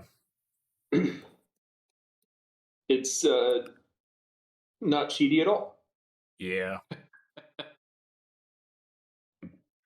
I hate to say it, but Cory's going to rip this list apart. If he doesn't get a 25, I'll be surprised. And I don't enjoy saying that, but it's just... God damn. It's the shoot. Gareth has nothing to stop the shooting. He's got low defense, so he's going to get things picked up.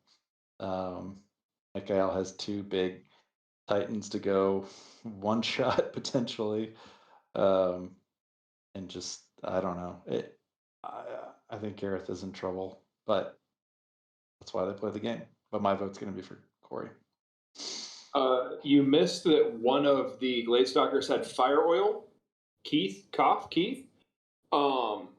And there are 2 really juicy targets that regen. I mean, even with Stealthy, I'd still shoot you on 5s just to get piercing shots on it before Mikael goes in. But yeah, I'm going to have to go with Tom. I play a lot of rats. Eric had rats for years. I play Dan with rats.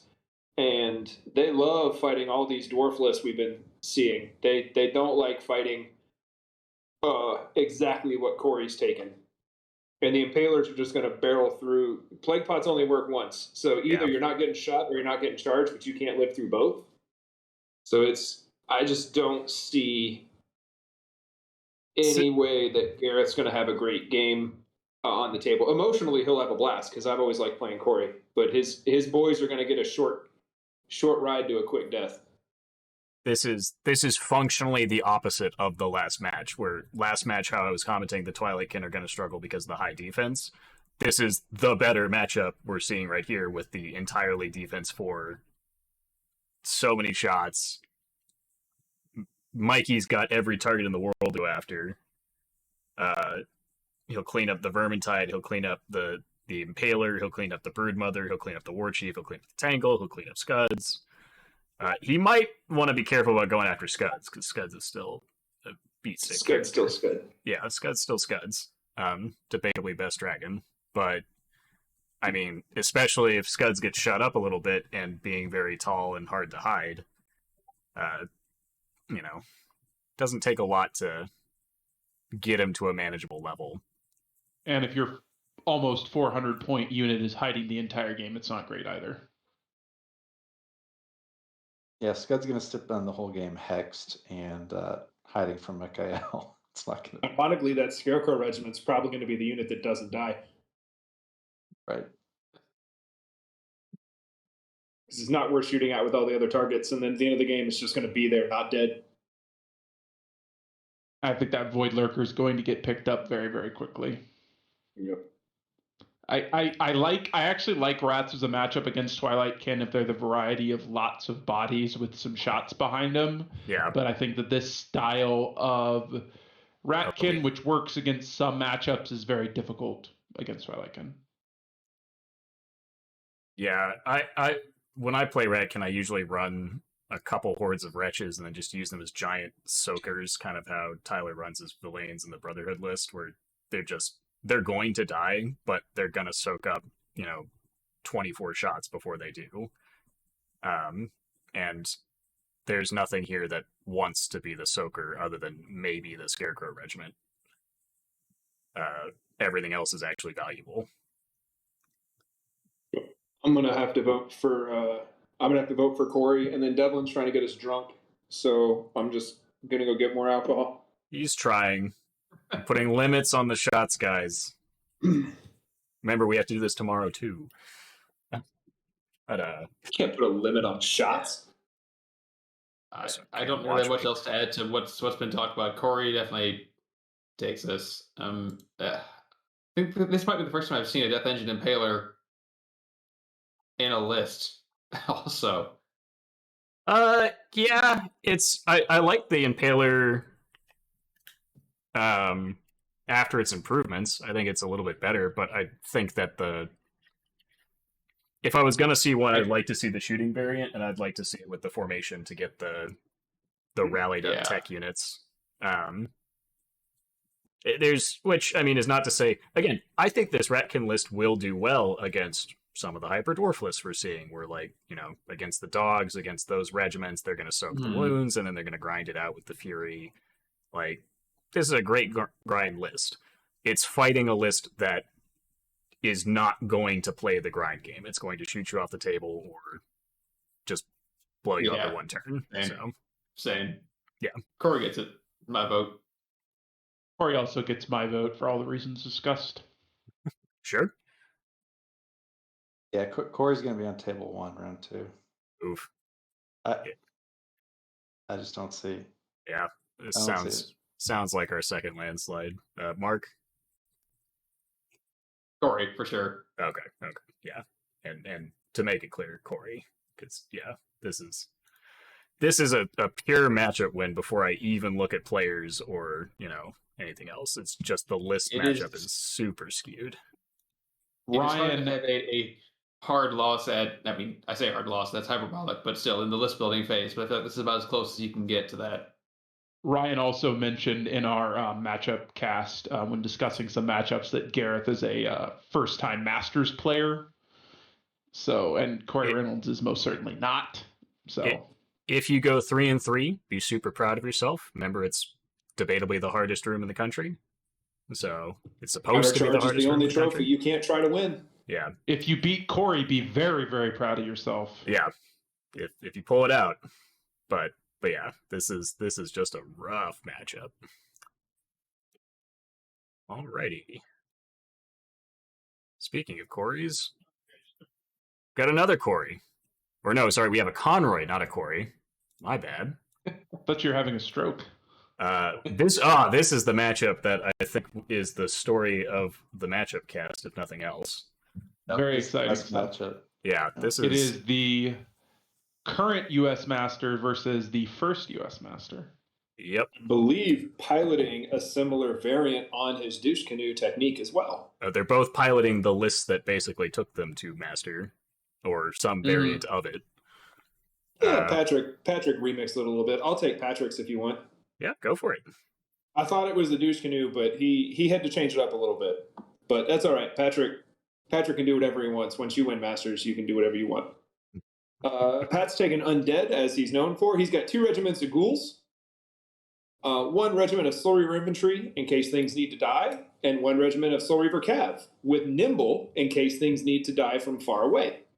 Werewolves with Brew of Strength, as they do.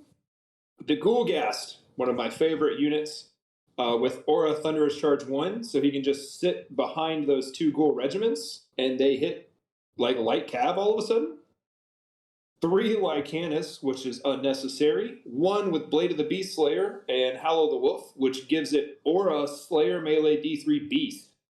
So all 3 Lycanus and the werewolves. And somehow in my excitement, I skipped the vampire on Undead Pegasus, which is just a neat little flying half hammer, half scoring unit.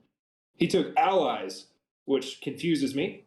But he took 2 regiments of Halfling Braves, 1 Harvester, which is just a better Mincer, and I get angry about it every day, and then a Gunnery Sergeant on Troll, which is a better Troll Bruiser with a gun that hits on 4s for 5 more points.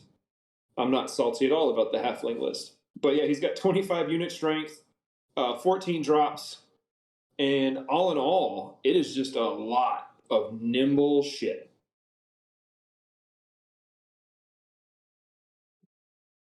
Yep, it's the douche canoe. Did we get a volunteer for Keith? I can read Keith's. Go for it. Yeah, so we got a horde of Spirit Walkers, the Brew of Haste, which I personally love that. We got triple Harpy troops, excellent. 2 Lichen hordes, one with the Staying Stone, one with the Dwarven Ale, which all you out there, if you're considering waiver mitigation, Staying Stone over Dwarven Ale, Agenda Hate is the correct way to go. 4 Shambler Regiment, a single one, a horde of Scorch Wings, just the one with the Healing Brew. 2 Beasts of Nature with wings and 7 attacks. The Great Chieftain with wings as well, and the Horn of the Great Migration, which gives Dread to the Chieftain and also an aura of Wild Charge +1. The Druid as well. Conjurer Staff, Bane Chant on a Steed, so it's Heal 2, Bane Chant 2, can reroll 1 miss. And finally, Moonfang, which is just great. It's funny because they both have werewolves. Yeah. It's an interesting element. I don't know if they really want to see those werewolves on the other side. He does, it's true. Yeah, Patrick has werewolves and Conroy has their wolves. You know what I'm saying? I mean, honestly, like, Lycans versus werewolves, I think werewolves definitely win that. The defense 4 is unfortunate. The Lycans they'll get the first charge because of the Wild Charge aura. It's true, and the Harpies to help clear and cover the way. Yeah, this is going to be a really interesting matchup. Not just because it's 2 Masters players, but because these lists are also really well paired because they're both hyper speed efficiency lists. Can we put this on stream this year, Matt? Is that a thing? I don't have control over that, for the record. So everyone stop bugging me about the stream at Masters this year because it ain't mine. So go bug Ryan. That's my vote. But if I had a vote, absolutely, this would be my vote. Because this is another one of those super educational, super cagey, super technical games that I think everyone would benefit from getting a watch of. So speaking of that, though, I think a relevant aspect is the clock here. It's a 65-minute clock with deployment. I know last year Keith's clock time management was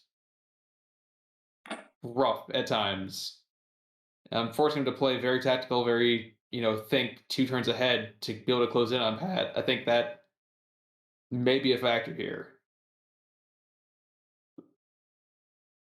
Yeah, he gets. I mean, like I said, he'll get that first charge. He's got the speed to do it, but there's a lot of speed. At first, I was like, oh, he's got speed 9 and wild charge, therefore he's going to get all the first charges. But there's enough speed 9 in Pat's list that he will still only be able to get certain amounts into things safely. And it gets dangerous if he doesn't engage enough at once. Because he only needs to survive 1 or 2 hits to hit back, and I would argue that in the will it kill shit in 1 turn, Pat has Keith beat for most of it. Soul Reavers are just stupid. They are still stupid. Keith cannot bounce against Pat's list, or he's gone. And so much of Pat's stuff is nimble Yeah. You bounce, and he's just almost letting the second wave kill you and darting off to find your second wave with something else. Yeah. The nimble games it'll with be all cagey. these Lycanus, this is going to be hilarious. I really love the triple Lycanus and Vampire on Undead Pegasus. It's kind of like having 4 Beasts of Nature. Yep. Like, you can't jump over the lines with the Lycanuses, but speed 9, nimble for 150 points. It's like, do you even need to at that point? They're very, very good. I quite like them. Yeah. And they're bringing Slayer for each other, so they could all triple in on the Spirit Walkers if they really wanted to go to town. Yeah, and if Pat just wants to play them as chaff, oh well, you're out 150 points. If it can get you the charge that you need, they can do that with that speed 9. Yeah. They got enough nerve and defense that they're really hard to shift, though. For 150 points, they're very hard to move. Yeah. This is But keep what? fast. Such a good fucking matchup. So And they're both great players. Like, yeah, my money's on Pat. Pat knows what he's doing. He's been knowing what he's doing since before, Conroy knew what he was doing. And Pat can pilot some undead like a son of a bitch, right? He was on Talking Tactics, and he knew more than me about undead, which isn't hard, and he's never stopped. So I think Patrick's in his element, and he's good to go.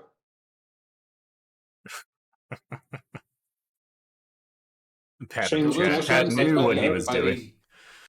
I was a little surprised by Pat's halfling allies, but I mean, like you said, Kyle, the Harvester is great, and the Gunnery Sergeant Troll is also great. So, if 2 Brave regiments is the tax you got to pay for it, then I don't dislike it. And they're not even that bad. They're kind of like zombie regiments. Sticking them on objectives is not bad. Oh yeah, like, worst Pat case has, is 80 points to score. Yeah. Right? The only non-scoring unit he has is the Ghoulgast. It's just better freaking goblins. It's a bunch of bullshit. It's what it is. Just play halflings then, Kyle. No, I'm painting 3 more goblin armies. I don't need a 5th army. That's not goblins. So this is for Pat. He's been playing Trident Realms all year. He won Alamo with Trident Realms. It's not an army he could fly with, so he went back to something that's a bit of a throwback. So that explains some of the unit choices. And Pat's list is a Surge list without Surge. I know it's an Undead list without Surge. Undead doesn't have to be a Surge list, but this one has 0 Surge, 0 things that can be surged. And it also has no shooting, and Keith is faster and just as maneuverable. So I'm rooting hard for Pat, but I think it's just faster. Keith has just a tiny bit of shooting. He's got that character that gives +1 wild charge, so speed 10 stuff outspeeds Pat's speed 10 stuff, and his speed 9 stuff, same thing. So, I obviously 2 great players, 2 masters. I do think Keith is going to lose in this tournament, probably to an elf list. If I had to bet, I would bet it's not going to be in round 1. So I'm going to go with Keith. I can kind of go next with my vote. I am going to go with Pat. I think he just has more options. I guess he's got a little bit more flexibility and can kind of play a couple different game plans with more flexibility than Keith. I think that like if those first couple rounds bounce, or even if he gets the charges that he needs off and kills stuff, and then has like and Pat can pick up those lichens or the beasts of nature on the crackback, then I think I would give it to Pat, just based on the fact that I think he has more options on how to win this game, and I think Keith's got to hit things, pop them, and then not get hit back. Yeah, I think so. That's a vote for Pat. That's a vote for Pat. Yeah. Okay. I think I'm going to vote for Pat as well. I really think that maybe Keith has gotten better with time management. I don't know. I just think that's going to be a very relevant factor, and I think Pat's going to force him to play a very, very tactical game here. It's going to require a lot of thinking, a lot of positioning, a lot of. He can't just charge in and pick up units on turn 2. It's a lot of slow play, and that I don't think is going to work in Keith's favor. I'm not going to say that Keith's going to time out, but I think it's going to force him to make plays that he doesn't want to make, just because he doesn't have the time to really evaluate it and keep slow playing into that game. So I think Pat, but Keith can definitely get it, but Pat gets my vote. Yeah. I hate to jump on the bandwagon because, like, I think. Well, Tom voted for Keith though, so there's that. It's going to be. I don't think it will be close. I think what will happen is that it's going to start off super cagey and super tactical, and then one person's just going to get the slightest lead, and then it's just going to, like, everything's going to be fucking dead after that. Whoever wins this, like, it's going to be, I don't know what the top score is currently, but, like, it's the 20-0 type deal. It's going to be incredibly bloody after that. I imagine whoever is left probably still has half their army dead regardless. But I think it's going to be great to watch so you can understand why the first turns are so pivotal in Kings, because again, it's a game about movement and the first turns are key. So I know Pat's been practicing this list, so he's not coming into it completely blind, and he's definitely been doing pretty solid against other Masters caliber players with it. So I give him the edge, but for the reasons that Tom said that Keith could win it, I do think that it could literally turn on a dime. Like, it's going to be super close until turn 3, and then it will not be close. If this is a draw, I would be shocked. And then my prediction is one of the two players rolls a single snakes, and then half their army gets flanked the following turn because they couldn't reform. Yeah, then everything dies. The snakes would decide this game. When you play an army like that against an identical army, someone's going to roll a snakes, and your whole shit gets flanked. Yeah. But yeah, if there's any sort of vote for the who gets what game stream, both these guys being previous Masters players and both of them running basically either an updated version of, given that Pat's Masters was like 2nd edition early, and Keith's is almost a carbon copy of what he ran last year, I'm pretty sure. If not an exact copy. This would be an amazing one to stream. Here you go. Alrighty. I'm going to take the briefest of moments to tell Devlin to quit watching the stream and go back to painting his Masters army so he can actually play. That's about it. That's all I got. But you're going to go tell him to go to bed because it's 8 p.m. No, he's got to paint. I don't give a shit if he sleeps. It's past his bedtime. All right. Dude decided to take an unpainted army to Masters.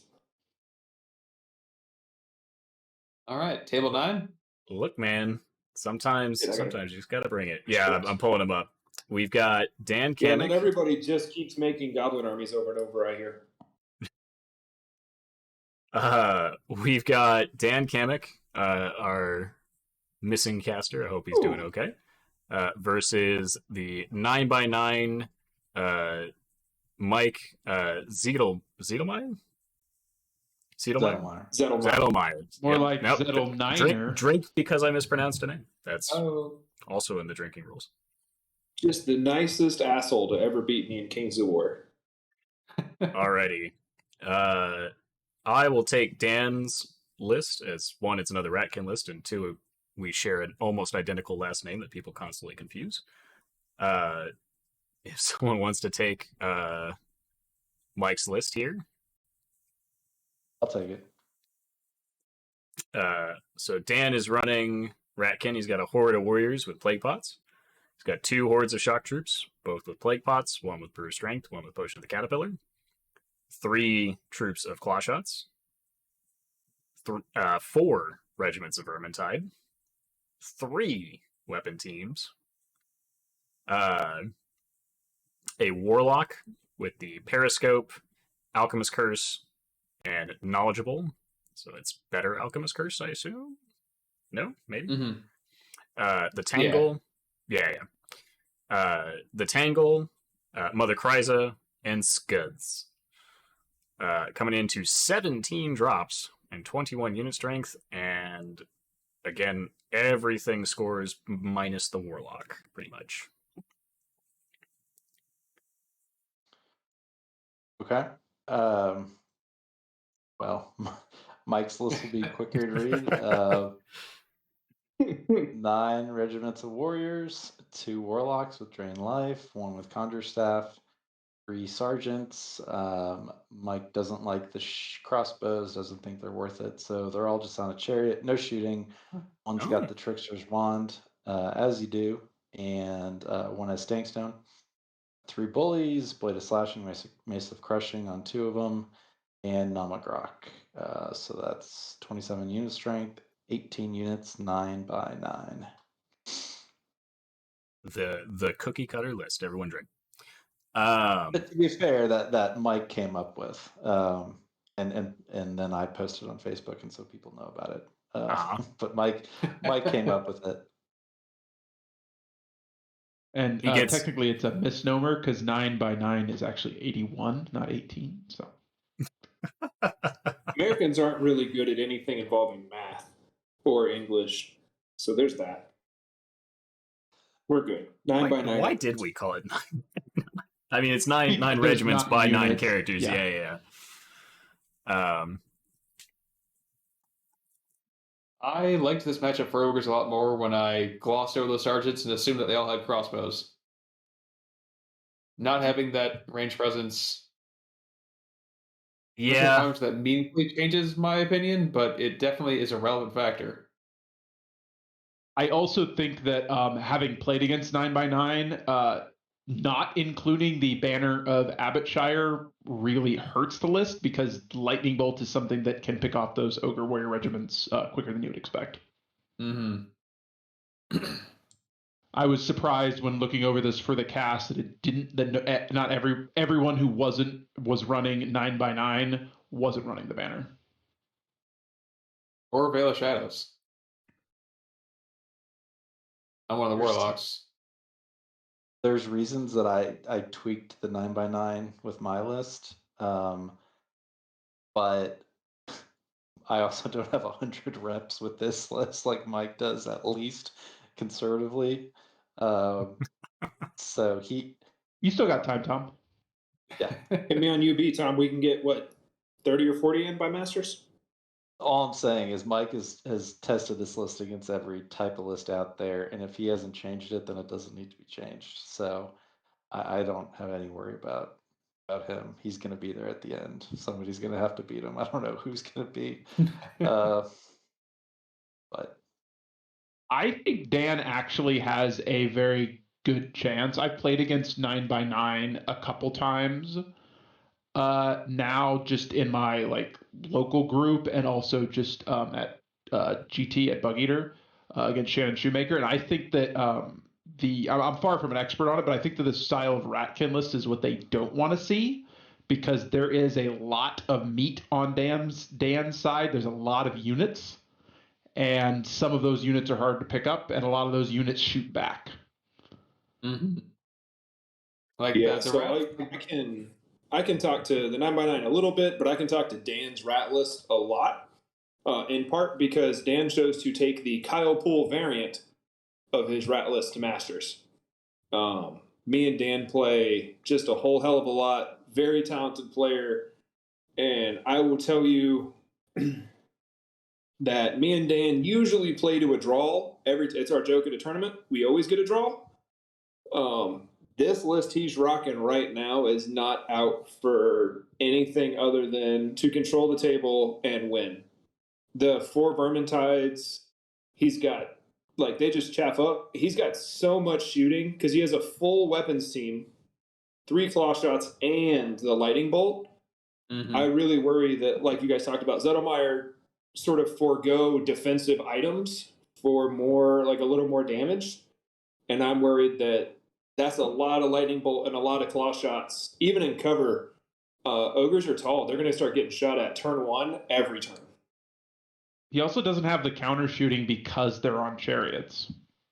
Mm-hmm. Yeah, and And on chariots, you can't hide behind a hill, which is something people tend to forget. Ogre chariots are height 4. So Dan could, in theory, even if Zettelmeyer tries to deploy everything with cover, just pick on the low nerve nature of the army. There's a lot there. I mean, 9x9 is tough, but that Ratkin list is disgusting. I will say, having played against it. You can absolutely hide those chariots behind a hill. Better yet, you can hide them behind a regiment hiding behind a hill and make them unchargeable to where they can then charge out behind it. They're the only chariot character that can still do that, are ogre chariots. Oh yeah, I just meant getting shot. That's all. Oh yeah. They'll absolutely get shot. But that's the thing, is there's so many targets that he has to pick through here, and they are all defense 5 for the most part. Like, the characters shouldn't be in line of sight of anything that's going to shoot him, ideally. Scuds will get some shots off, but Lightning Bolt 5 is going to take time to chew through even a regiment or even an exposed character, and it's not like he's got heal, so it's not a lot of heal, but it's going to make it even more difficult to push through these. No, you're not wrong. The Lightning Bolt poke is there to be annoying and to try and throw the Claw Shots and Lightning Bolt in on a single target and try and get a lucky pickup or a waiver. Right. Where Zettelmeyer's damage is going to come in is once you close in on that nimble weapons team, they're going to find a target and blast it off the table. Yeah. I mean, you might only do it 4 times, but it only takes 4 units to be dead. And those shock troops are going to be very annoying to pick up, even with plague pots, especially with plague pots. Yeah. My only concern for Dan is he really only has, call it 4, 5 if you count Scuds. 4 units that effectively can sit on the front line and get charged or want to get charged. The Vermintide can get charged, but they don't, they die. They get charged once and then they're gone. Whereas if this, I see a game where Mike's going to start rapping and he's not going to stop rapping, and no matter how much shooting or how much fighting the rats do, he's just not going to be able to chew through enough of it before it starts eating his flanks, and then it's just going to collapse in on the center. I disagree with you on that, but the only way we'll see it's at the table. But those ogre warrior regiments just aren't as wide as those rat cannon. Whatever goes on the flank is exposing itself to getting shot. But that's why we have matchups where we vote. Because I think Zettelmeyer is going to get soundly submarined in this match. He's going to go way down to the bottom, is my vote. I don't think it'll be close. I agree with what I think Tom said, where reps might matter. I know Dan's experience with this list and has been running Ratkin for a while, but if Mike's really grinding out games with the 9x9, he's the guy who invented it. I could see him being experienced enough to tackle a bad matchup like this, but I would still favor Dan because I know Dan's a good player, and I think that his list is favored here. Shout out to Mother Kryza, probably getting the single most value in any game she will ever get, though. It's these regiments getting super clumped up on each other. That cloak is going to be money. Yeah. But yeah, I'll start the vote and say that I do think Mike has this one. I think this would be an interesting one to watch for sure. Because maybe the shots are more intrusive than I think they're going to be. Maybe they're maybe the flanking's going to get around faster than I think it'll be. Who knows? But yeah, I think Mike just has the sheer amount of units to take table control back from the rats in this case. So I'm going to vote for Dan. No surprise. I actually have Dan down as one of my top 3 to win U.S. Masters with that list. Oh, damn. Yeah. He's got the tools to beat Ken, but in this matchup, I think he beats Zettelmeyer, but I think he beats Zettelmeyer badly. I don't think it's close. Yeah, I think if Dan shoots wisely and punches a hole and then takes the heroes rather than trying to wipe out regiment after regiment, I think it goes bad fast. And I think Dan overall takes it. I mean, I don't want to ignore like Tom said, the hundreds of reps, because that counts for a lot. I mean, Matt, you with your chariot list, number of reps can lead to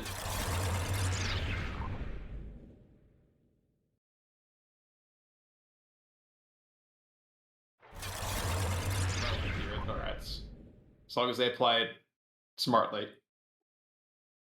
I do think this list, Dan's list, played well, could beat a 9x9 type list. I think Dan's missing the sharpness toner runners to pair with the demon spawn. Those are just pair really well together. And I don't really like all of the Vermintide chaff. It's gonna die. It's kind of pointless in my opinion in this matchup. It's like the ogres don't care. Okay, charge me first, and then I'll kill you on the counter charge. I have 9 regiments. So I think you guys are off on this. I think Mike has it pretty soundly. Those Warlock battery going to be shooting at the claw shots, even if they don't find a hill, because the ogres are taller. They're going to be shooting at the weapons teams with cover, but still, lightning bolt up to 19. So I think the weapons teams are going to get shot and lose probably 2 of them before they're really in a position to do anything. And with 9x9, you could think you're doing well, maneuver well the first 2 turns and get a couple of good kills against it, but there's 18 scoring units, and so it's just a really tough hill to climb. This list could do it. Dan could do it. If I had a bet and vote, I'm going to vote for Mike. You want to put a beer on that, Tom? Yeah, absolutely. I'll put a beer on there. I think Handsome Tom is just jealous of Hot Dan, and so that's why I'm picking Hot Dan. Dan would kick the shit out of me, that's for sure. But playing Mike's a lot better than me, so. Well, I got a beer on the line now, so Dan has to win. Alrighty. On good track to finish by 10 at our pace. That's 3 hours before bedtime. Yeah. I'm hoping for Tom's sake, too, because I realize he's still at his work. He sleeps there sometimes, I hear. We're only going to table 16, right? Yeah, we're only going to 16. Next match tomorrow. We can do it. I can take Garrett's list here because he's my boy. Ooh. Well, we've got Garrett as I'll take spoiled. O'Neill. He's playing goblins. And then we've got O'Neill. So, Michael, if you want to read off Garrett's first, and then Kyle, if you want to read off Jeff's. Garrett's running what's known as the Sosby Special. He's running 2 hordes of Earth Elementals, 2 hordes of Scorchwings, 1 Pegasus, 2 Hydras, a Gladewalker Druid with Loot, Surge 8, and Ring of Harmony 1. Like you do. He's got a Unicorn with the Spell Ward banner, with Wings and Lightning Bolt 5. He is also running the Nature's Wrath formation, which comes with Air Elementals and a Greater Air Elemental. Garrett has given them Brew of Strength and Hammer of Measured Force on the Hordes, and Wind Blast 6 on the Greater. It is 23 units strength and 12 units. Before I start, you read that with a lot of gumption, and I respect that about you. That's what I appreciate about you. That was good. I appreciate it, Kyle. So I'm going to read the Hellspawn that Jeff created this year that feels like what Jeff takes every year, but with a new flavor. It has nothing to do with what I'll read last. Nothing. He took 1, 2, 3, 4, 5, 6 Rebel Hordes, which I think is what Jeff leaves home with 100% of the time. The Diadem of the Dragonkind, because sometimes Rabble need to shoot. The Orbo of Kaba, because sometimes they need to shoot 1 time but more accurate. Fire Oil, because he ran out of points. And Blade of Slashing, because he ran out of points. 3 War Trombones. They go Burt. 3 Mop-Up Launchers. When they're not shooting you, they're reloading Rabble. 3 Wingets with Bombs Away, because, he's not there for sports boats. Why wouldn't you? He's got a King with Jared's Pendant, which is the Aura Headstrong, and he upgraded that one to legally different than Tony Stark, which is Lord Bullshit on Wings with Explodey Dice. He only took 2 Bangets this year, so everyone gets to breathe a sigh of relief. He's not running like 12 shooting heroes. He's got 1 Banget with Piercing Arrow and 1 with the Zephyr Crown. which is a weird choice, but it gives him the opportunity to go second and wind blast you off a win condition. He's got the Wiz with Conjurer Staff, Hex 2, and Alchemist Curse 2. He's got another one with Hex 2 and Host Shadow Beast 6. And he's got another one with Boomstick and Hex 2. So he's all about you not casting your own spells. And then he took Kingdoms of Men Allies, which is a regiment of bowmen, because those bowmen still unlock. And he took a Wizard on a Pegasus with... So he's got a flying score, and he replaced Fireball 6 with Lightning Bolt 3 and took Wind Blast 5. So he has 2 sources of Wind Blast, a bunch of cheeky Lightning Bolts. Everyone will note this year he left the Rock Lobbers at home, so maybe the Giants will actually get to close. But that puts him at 24 unit strength and 23 drops. A lot of individuals in Jeff's list. Yeah, Jeff's going to be able to deploy pretty much everything after Garrett's fully deployed. Yeah, his usual opening is I have 3 Wingets. Here's 1, here's 2, here's 3, and you've burned through most of your opponent's throwaway drops, and then you line your Rabble up because 6 hordes can only fit in a line, and there you go. There's 9 drops, and you've shown your opponent nothing, right? I don't get the Kingdoms of Men Allies. I mean, their source of Wind Blast, but I don't know how critical that really is. It gives him a 4th flying scoring unit. Yeah. With the Wind Blast, his idea is that he's going to be able to counterplay the mission with all that flying unit strength and sort of set up in a way that he dictates where the scores are going to be. And it's a height 4 Lightning Bolt, which never hurts, but mostly it's that 4th flying unit that scores. Yeah. I'm envisioning the Travis Tim setup of just nothing but wall of units, never moves. Well, moves very little to claim the minimum amount of objectives to win. Shoots the living crap out of you. You engage it. It keeps shooting the living crap out of you. And you die. Yeah, and the bowmen are no slouches either. For 100 points, they're a great value unit in unlock, so it's not like they're adding nothing. Yeah, it's another scoring unit too.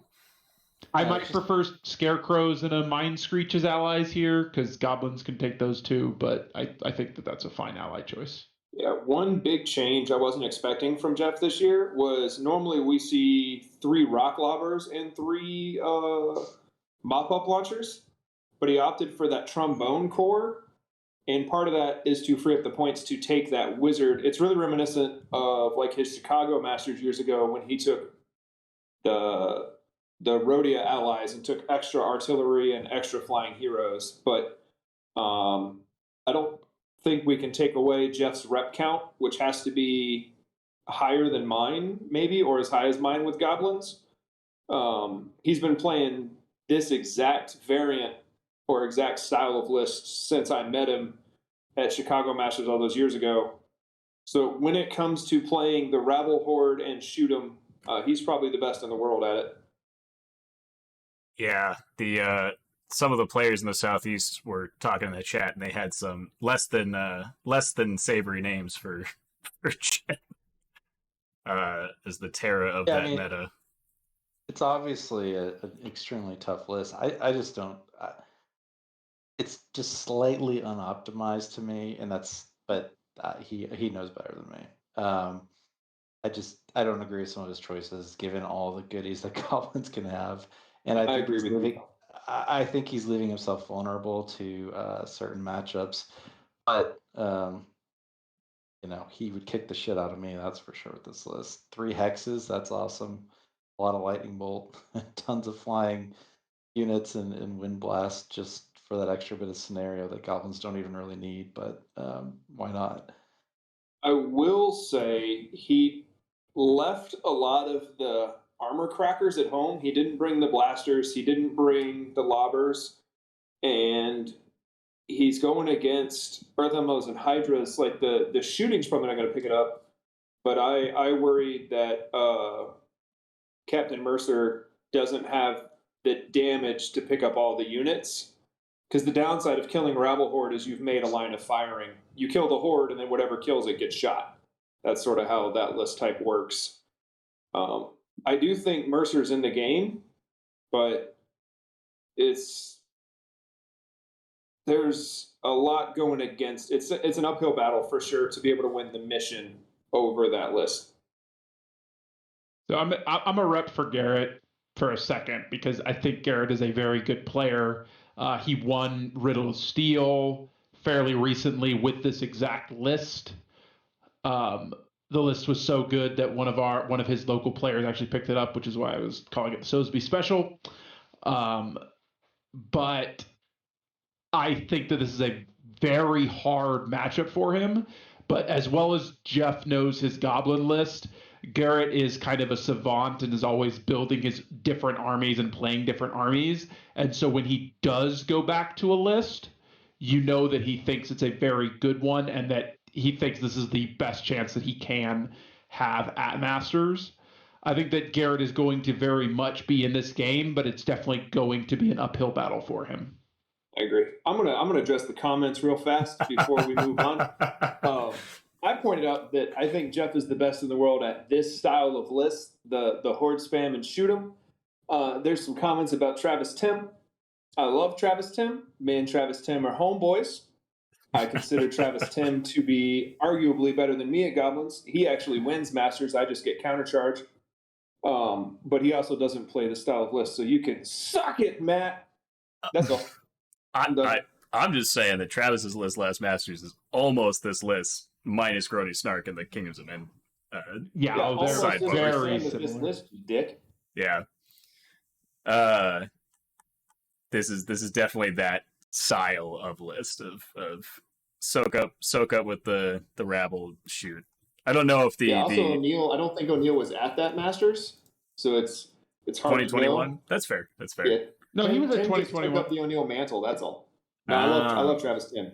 He was at 2021. Yeah. No, all I'll say about Travis is he's never won Masters, but he's the only person who's gotten the top 3 several times, and it's all been with Goblins. So that's all I'll say. The list works. That's what I'm saying.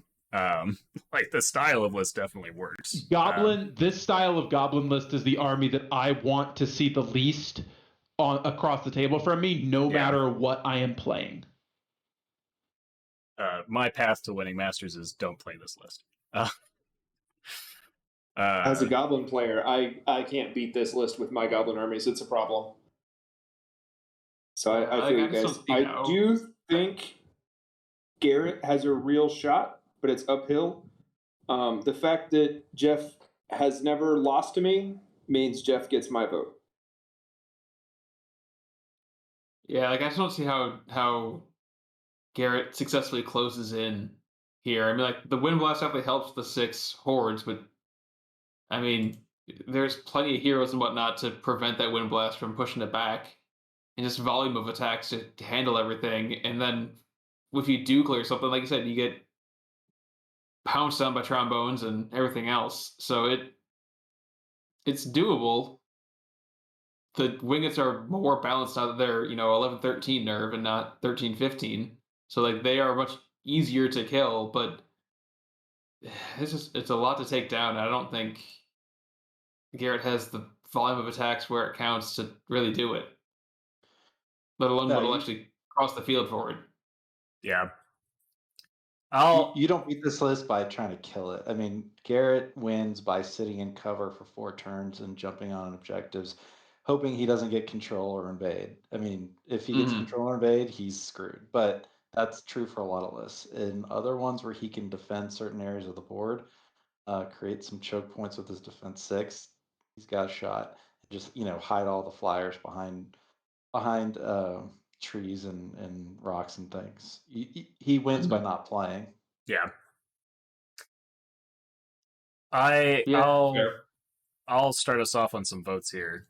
I do think I love Garrett's list, and I think it's going to put some hurt on a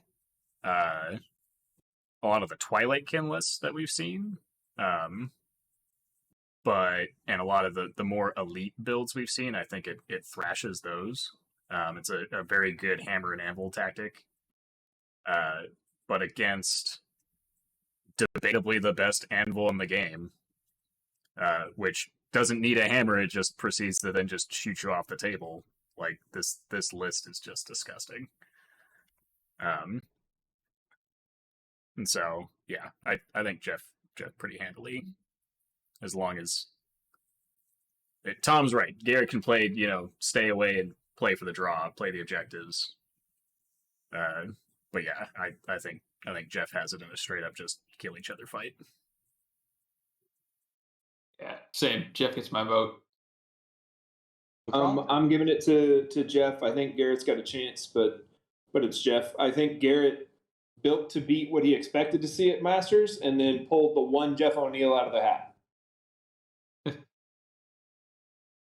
Yeah. I mean, Rabble are never getting through Hydras. Rabble are never getting through Earth Elementals. Jeff's problem is he doesn't really have anything that's going to pick up anything of Garrett's, before they get close. So Garrett's going to have 80+% of his army alive on turn 4. It's totally scenario dependent, unfortunately. I think there's more scenarios that benefit Jeff than Garrett. So not that Garrett can't win certain games, but I'm going to vote for Jeff too. Everyone drink. He said the thing. Michael finishes off. Well, that's I'm rooting for Garrett. Garrett's on my team. Garrett's a good friend.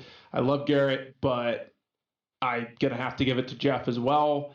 I really hope Garrett pulls it off, but I think Garrett's a better player than me, so he's got a better chance with this army than I do. So, but still, I gotta pick Jeff. There's fair. All right, shifting us along. Yeah, I'd love for Jeff to go like 0-6, just morally. It'd be karma, yeah, for sure. I think there are enough lists out there that will give the Diablo list issues that. Yeah, I don't think Jeff will be at the top, but I don't feel good for Garrett. No, yeah, in this match, no. Yeah. Moving on to table 11, we've got another Forces of Nature list. We've got Bryce Clark versus Luke Frazier. With first Trident Realm list. Yeah. Yeah. So Luke's running Trident Realm. We got some Ensnarer Horde, a Tidal Swarm Regiment, Depth Horror Horde, a Gigas Horde, a Knucker, a Coral Giant, a Kraken, kind of one of everything so far, really. A Centurion with the Boots of Levitation, and the Trident of the Drowned Sea, which is, I love that unit, excellent combination.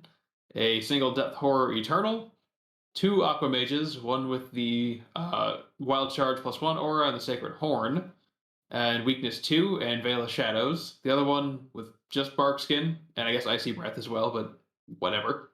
And the Formation, which I firmly believe all Trident Realm players should be taken. So 2 Thule regiments and the Mythicon. The Mythicon has a Gnome Glass Shield, which is phenomenal. I love that. And the Formation, what did I give them all? Pathfinder, right? Pretty sure that's right. They total all is have 14 it, drops. so I'd assume yes. Yeah, total is 14 drops and 21 unit strength. Have a grab bag of Trident Realm. The hidden ones. I don't know that it actually. Did you forget the special upgrade on the thing that all players should take? The Trident of the Drowned Sea? He has it, I think. Oh yeah, he has it. And Boost Levitation on the Centurion. Yeah, that's great. Now we can run 12. I'm looking at Bryce's. 12. I'm dumb. I'm looking at Bryce's list. I probably shouldn't be double fisting here. Speaking of Bryce's list, you want to read it then? We've got a horde of Earth Elementals, 3 regiments of Scorchwings, a Greater Air Earth Elemental, Greater Air Elemental, like you do. God, if Earth Elementals flew. A Pegasus, a Gladewalker Druid with the Ring of Harmony, Surge, and Shroud of the Saint, like you do. A Tree Herder, 2 of them, one with Orb of Towering Presence, that's cool. And the other is the Wiltfather. 2, and then he has Nature's Wrath, so he's got 2 hordes of Air Elementals and another Greater Air Elemental, with regen coming out to 12 units, 20 unit strength. Nifty. I hate air elementals. I'm just saying that for the record. I mean, he could have used a third grader, but He could. you know. I think he ran out of points with that Pegasus, and that's why there's a random Pegasus there. I'll go short and sweet on this one because I have been playing against Bryce on UB a lot. Me and Bryce are buddies. His list is absolutely terrifying. It's very hard to beat, and he's getting really damn good at it. That said, Trident Realms is really good at not being dead all the time. That's sort of its forte. And a list like Bryce's is kind of a I need you to die when I hit you, because those defense 4 units do not take counter punches back well. There's some really cool stuff in there. I think it'll be a good match, but Bryce understands the geometry of his list like a boss. So something to note there. Yeah, this is a tough matchup to predict because I know Luke is a good player. He wins a lot in his local meta. I don't quite honestly understand the list. If I didn't know he was good, I would just assume it was a new player. but you know, Trident Realms is statted enough that you can just roll things out and put them together. It's fine. I think Bryce's advantage is that air elementals and greater air elementals and flanks don't get penalized by ensnare, and that's going to happen a lot to Luke, I think. And Bryce also has the 3 Scorch Ring regiments for just a little bit of shooting, just enough to annoy Luke. And Trident Realms, like always, they don't like getting shot. So, not that he's going to pick up anything really other than swarms. And I don't know if he gets lucky, maybe a Thule regiment or something, even though those are stealthy. I just think it's going to be close, but Bryce has a little bit better tools, and I don't think Trident Realm can crack 2 tree herders.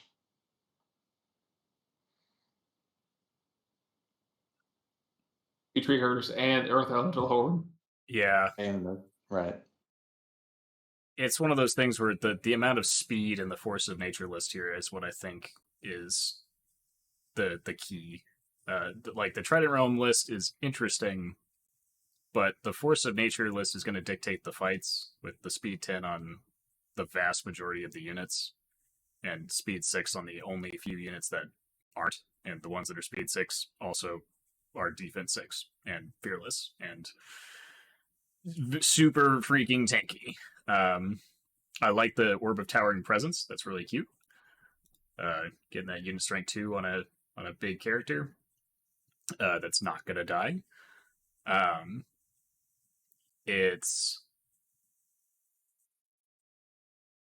just don't think there's enough counterpunch, because it's one of those things where because it's a slower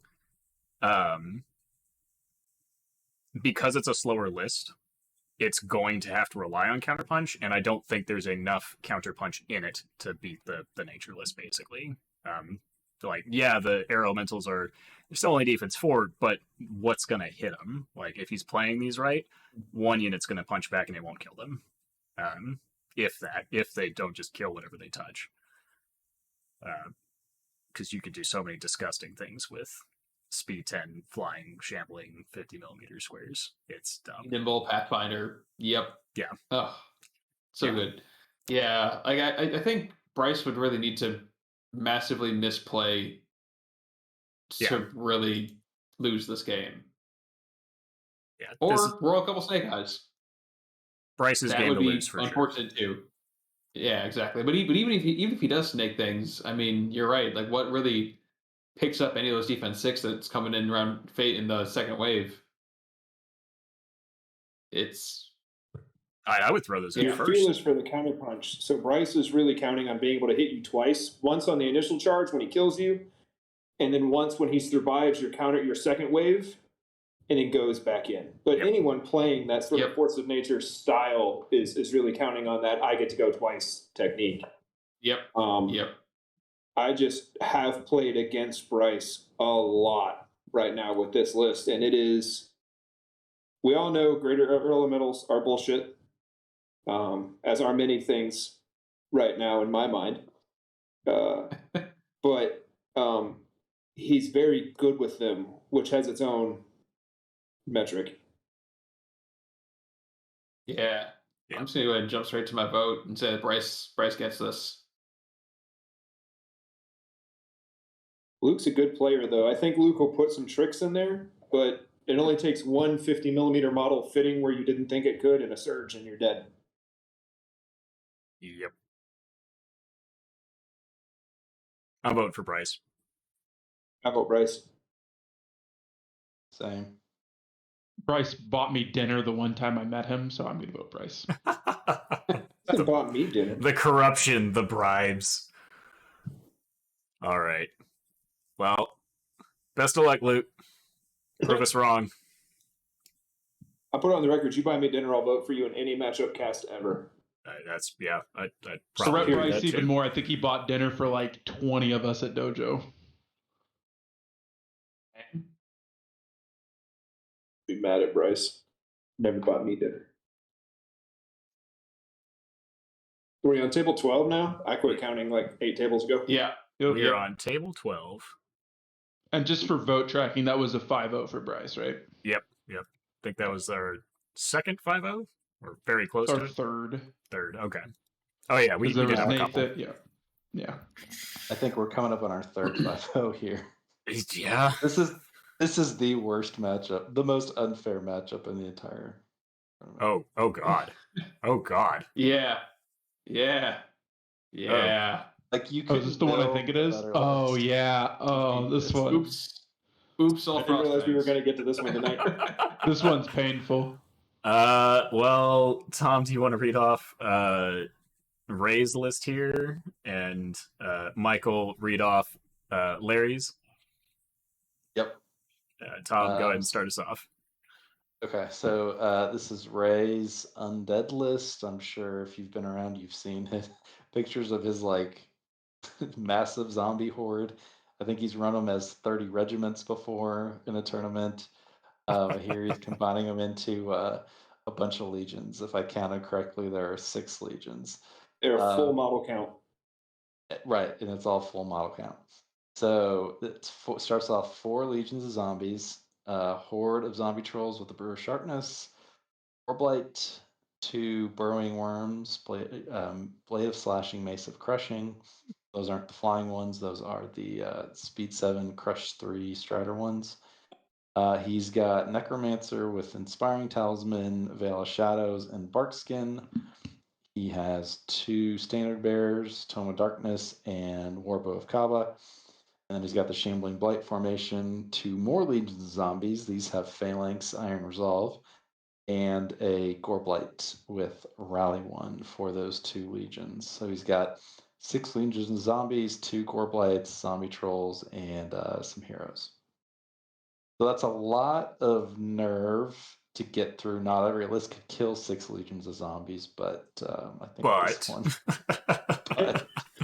So, my man Larry is running 5 hordes of Frostfang cavalry. They are all in the nude. 3 lords on Frostfangs with snow foxes, as you do.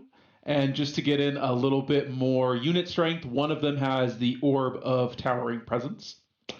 And then he has some allies, which are forces of nature, where he has a unit of heart piercers and a beast of nature with the standard upgrades of wings and attacks to 7, which is 10 units and 21 unit strength. This list. So the heart piercers are cool because it gives him one opportunity to clear chaff, in case his Frostfang cavalry wanted to charge first. I feel bad for Ray. Ray brought just the funnest of coolest lists. And then Larry was like, have you ever ran that through a paper shredder? maybe the only list at the tournament with enough attacks to actually pick up Ray's army. Yeah, I was gonna say, man, I Maybe would be. Patrick can do it, but No, Patrick doesn't want to see this either. It's just too much fucking nerve, man. Like Soul Reapers. most Alpha Strike lists don't want to see this, but 30 attack units do. This is the I one actually- time that this is like the best matchup for Frostbane Cav ever. Like, I love both of these lists. I'm not going to lie. This unfortunately feels like a trampoline for Larry, where he then gets to go and play Twilight Kin the following round. yeah. Yeah, I think this Frostbane list will get absolutely hosed by a whole lot of the other lists we've seen, like not to mention all of the nature ones, basically. But in this matchup, this is just disgusting. I really love that Larry was just like, I am going to take only Frostfangs, and that's what I'm going to take. It's a very honest list. You know exactly what it's going to do, and it's going to mince things. And Ray's on the opposite side of the coin, where he's like, I'm just going to take zombie legions, and I'm just going to sit there and win objectives. Yeah. The allies make Larry's list weaker, completely unnecessary. Every single one of those points would have been better spent. Snow Foxes, something, anything. Another Frostfang. Or Thens on Frostfang. Lord on Chimera. Literally anything in the nature list would be better than those allies. I don't hate the Beast of Nature. That's true. That's true. I agree with you on the Heart Piercers, but they're the kind of tax for the Beast of Nature. Like, if you really want a Beast of Nature, which I guess for those points, you could just take a Lord on Chimera. Yeah. And he definitely has the unlocks for it, but I definitely see your point. Yeah, I just drop it all for Snow Foxes if I was trying to make that competitive. But also, if you think to yourself, I'm going to bring 5 hordes of Frostfang, it's probably not to be competitive. It's probably to say, I want to bring 5 hordes of Frostfang, and I have 30 dice, and they go roll. I mean, I still don't understand. If you have that many zombies, why does the Necromancer not have the Vicious Aura? Oh, he doesn't have the Vicious Aura, does he? Oh, okay. That's, yeah. Yeah, Or weird, points, right? and you get less zombies. Yeah, I do like the bark skin, though. Spider Bears. No, same. Yeah. Yeah, I'm not a fan of the standard bears either. Could, like, there's still a chance, because you're doing, like, what, 15 ridiculous wounds with Frostfangs, right? Melee 4, yeah. So he's not able to pick up a Legion at a front charge. He's going to have to multi-charge them, and there is some play for, like, those Great Boring Worms to get in there and be really annoying. He's not going to kill him on a counter charge. Zombies are not picking up Frostfangs, but Larry has to be careful to not, like, overcommit too early and get flanked, but he also can't wait till, like, turn 4 or 5. Because it does take 2 Frostfang hordes to pick up a zombie legion. So there is a shot that Ray wins this mission and just be like, you waited too long, you were too afraid of the flank. But they're 15. What's the nerve on the Frostfangs? 15, 17? Yeah. 15, 17. So they can't afford to get flanked by a burrowing worm. But I think it's Larry's game to lose. He's got enough things to pick up Ray. There is a comment in the chat here. The 2 legions have failings. Like, that's very relevant here. That does really hurt to point that out. Frostfangs, yeah, because the Melee 4 is their one of the reasons why I don't think we've seen them for, years now? And I'm going to be honest here. For, like, their Crushing Strike, Frostfangs are supposed to delete everything, but that Crushing Strength 2 is wasted. Yeah.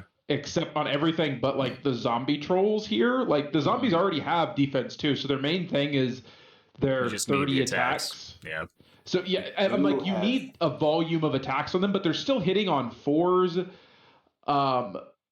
And especially against those phalanx things, like, you need those double charges off because of that high nerve point. And if Ray can position those revenants on burrowing worms to get those flanks, if Frostfangs bounce, and that it could end up being very bad for. Well, actually, with Phalanx, which I will fully admit I overlooked, he needs like 3 hordes to secure a kill on one of those legions. Yeah. Or 3 rounds of horde combat. And then the 2 Goreblights behind that, like, I think that Phalanx. Undead Ray is not out of this, I don't think. Yeah, like, this is another interesting one where this is a dice one. This is if the Frostfangs. roll hot or even average, I think they stand a good chance. But if they roll even slightly under average, I think suddenly the undead could actually get a pretty sizable sweep. It's still gonna be really rough because they don't. If he can't get the burrowing worms, then the burrowing worms are not super great. Like on the flank, like they hurt, but they're still melee force, so they have their own problems of like hitting consistently. But they are crush 3, which that does hurt. I mean, I don't run them because they have inspiring issues, but I don't think this list cares. I would like to see the army standard bearers just be more necromancers and then shift some items around to make that work, as opposed to help spread the vicious aura out, which I think would be helpful in this case because the zombies need to get some work done. Like, it can't just be the heavy hitters doing it. The gore blights will help immensely because there's no heal to recover outside of the heart piercers, which might as well not be here for this mission. They're a scoring unit at this point. Everything else is going to just absorb it. So, knowing now that they have Phalanx and wondering how I missed that, having read Ray's list more than once, it's because the formation. I actually really like Ray's chances going into that because, like I talked about, Larry almost has to commit to charges turn 2. If he doesn't start throwing in attacks immediately, he might not never get to the mission. But that exposes his flanks. Now, obviously, if he gets to go first and he sits in the dominate circle and Ray can never score, that's Ray's downside of bringing a shambling army. But Ray has a real hat in the ring now. You want to start us off on the vote, Kyle? I want to say that it's almost a coin toss. There won't be a draw here. It's going to be a win or a not, because one of them is going to score. But I'm going to be a confused boy and change my vote to Ray. Seeing those legions have phalanx changes a lot of my viewpoint on the game. I'm going to Ray. Michael? I'm also going to pick Ray. I think the legions are going to be hard enough to chew through. I think the Frostfangs have a pretty good matchup against them, but I just don't see those legions dying that quickly. Tom? I think you guys are forgetting that Larry has 3 Lords on Frostfangs. like No, who cares? Who cares about the Phalanx? Like, it just either put the Beecher Naster in the front of it or put a Frostfang Lord in the front and just double charge all the non-Phalanx ones. It doesn't matter. Like, I don't like either of these. I love both of these lists from like fantasy wargaming. These is a cool matchup and cool like extreme skews fighting each other. But competitively, like trying to win multiple games at Masters, I hate both these lists. But I just think this is the perfect matchup for Larry. Ray can't take away a backline objective from those heart piercers. Ray cannot go get a pillage token on the side and take it away from Beasts of Nature. Like, it doesn't even matter if all the Frostfang Cav die. They might, maybe. But if it just doesn't matter. Like, Ray's not going to be able to control the board at all. He has nothing that can control it. The Lords on Frostfangs are the fastest thing on the board other than Larry's Beast of Nature. So I just don't see a scenario where, played well, this Ferengurlus loses. Yeah, I think it's definitely a question of, like, Larry. It's a question of, does Larry end up having enough quantity of attacks that will actually hit on those forwards? Because, man, I hate hitting on forwards. Versus, does Ray have enough quality of attacks to really start taking things out? And I think that those scales tip in Larry's favor. And I think, if you're smart with the Lords, you don't just throw them in the front. If you do what they're supposed to do and put them around the flanks, I said like it's trivial to get into flanks of 6 legions of zombies, but like, I think overall Larry ends up, unless the dice gods hate him and, you're only hitting 12, 13 times out of 30 on forwards, which easily can happen. I think Larry has this. Yeah, I mean, like Tom said, right? Larry doesn't have to fight. Larry can just go find a winning percentage of objectives and then just be a steel wall for the rest of the game. But I also am pretty convinced that Larry's going to go ham because I've played Larry. He's always aggressive and likes to roll dice. So I'm giving it to Ray. That's 2-2, Matt. Break this Yeah, tie. I don't want a fucking deciding vote, man. It's like there's good points all around. I just want to see this undead list win one game, and I would be happy. Like, it's such a troll meme list to take. Like, it is a list that conceptually should have existed since Third came out, because it's all, it's all the zombies, it's all the vicious aura, yada yada. It's just the meta has shifted to other types of lists and other styles of lists, so like this one just has never quite worked. And I've always imagined it with a lot more zombie trolls and a lot less just regular zombies. I think this list is going to be really funny going up against some of the other ones we've seen that are relying on their massive amounts of bow shots to take out these 6 zombie legions. Just say, like, eat shit, Blade Stalkers. You don't have enough shots for this. Yeah, so I'm going to give it to Ray just on the principle of, I think his list is slightly more memeier than the Varangur list, which is still taking your typical 3 Lords on Frostfangs, because that's just lazy. You could have done something more exciting. 3 Lords on Chimeras next time. Let's go. Clearly the right answer. This is why Tom wins matchup casts, and I just get asked to do color commentary. If y'all are taking this at all seriously, I just want to remind everyone that we're playing toy soldiers and drinking lots of beer. I stand by my record that last year I think I only predicted like 2 players correctly. So you do not want me voting for you. All right. Only a few left now. Also, Bryce, we did yours. You missed it. You were too slow. We have Rashad on the wrong team to confuse everyone. Or maybe it's the right team this year. Who knows? Alan, yeah. Mark, if you want to take Rashad and yeah. If let's see, I'll do Alan's. I'm losing track of who's been doing which cast, but go ahead and start us off, Mark. Sure. So Rashad's running undead. Speaking of zombie legions, he has one. 2 regiments of skeleton spearmen, a horde of revenants with the brew of strength. Wraiths is a single regiment of that, no items on them. 2 troops of Revcav. 2 hordes of whites, because you absolutely should. 1 has brew of haste. 1 has the J-boots. 3 balefire catapults, which, man, love them. Love them. Lich King, replacing Surge with heal and also taking Alchemist Curse. A Necromancer with the Inspiring Talisman with heal and Banechant, and comes with Surge 6 baked in. And then Zunok Iceblood, the undead salamander. Fireball Surge, Veil of Shadows. Which fire do you think is elite on the Fireball? I think it's elite on the Fireball, and it heals the skeletons, I'm pretty sure. It's pretty funky. Yeah, reroll all natural hits of 1s. Maybe the skeleton thing dropped. Necrofire, the Outsider, and Witchfire. Hold on, he's got a slew. Necrofire is the other one.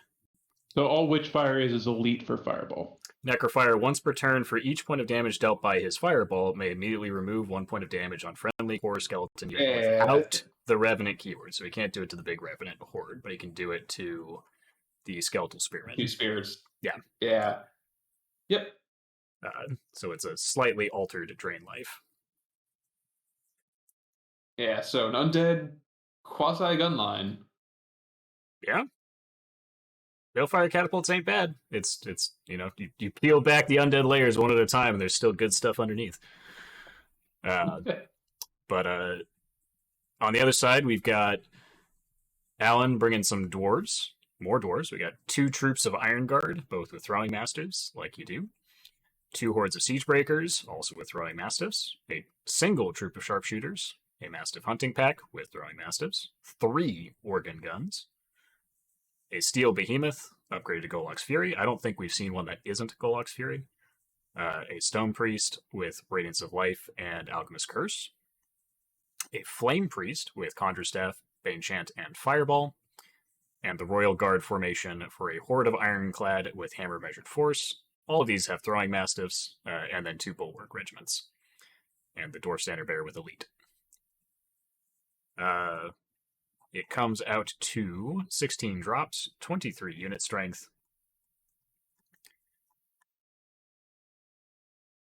I will start off by saying these are some of the tamer lists I think we've seen today. Because organ guns aren't bad, but I feel like their time has kind of come and passed, especially with all the stealthy levels we're going to see. I'd much rather see more sharpshooters. Yeah, I definitely think these are tamer. I feel like is the other side of the coin of I was gonna say more balanced lists.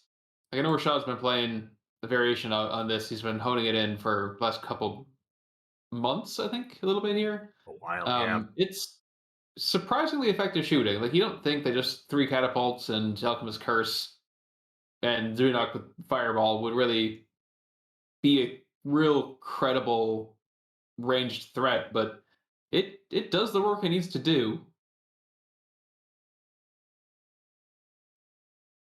But that being said, and Rashad as people, this will be a very high sports vote table.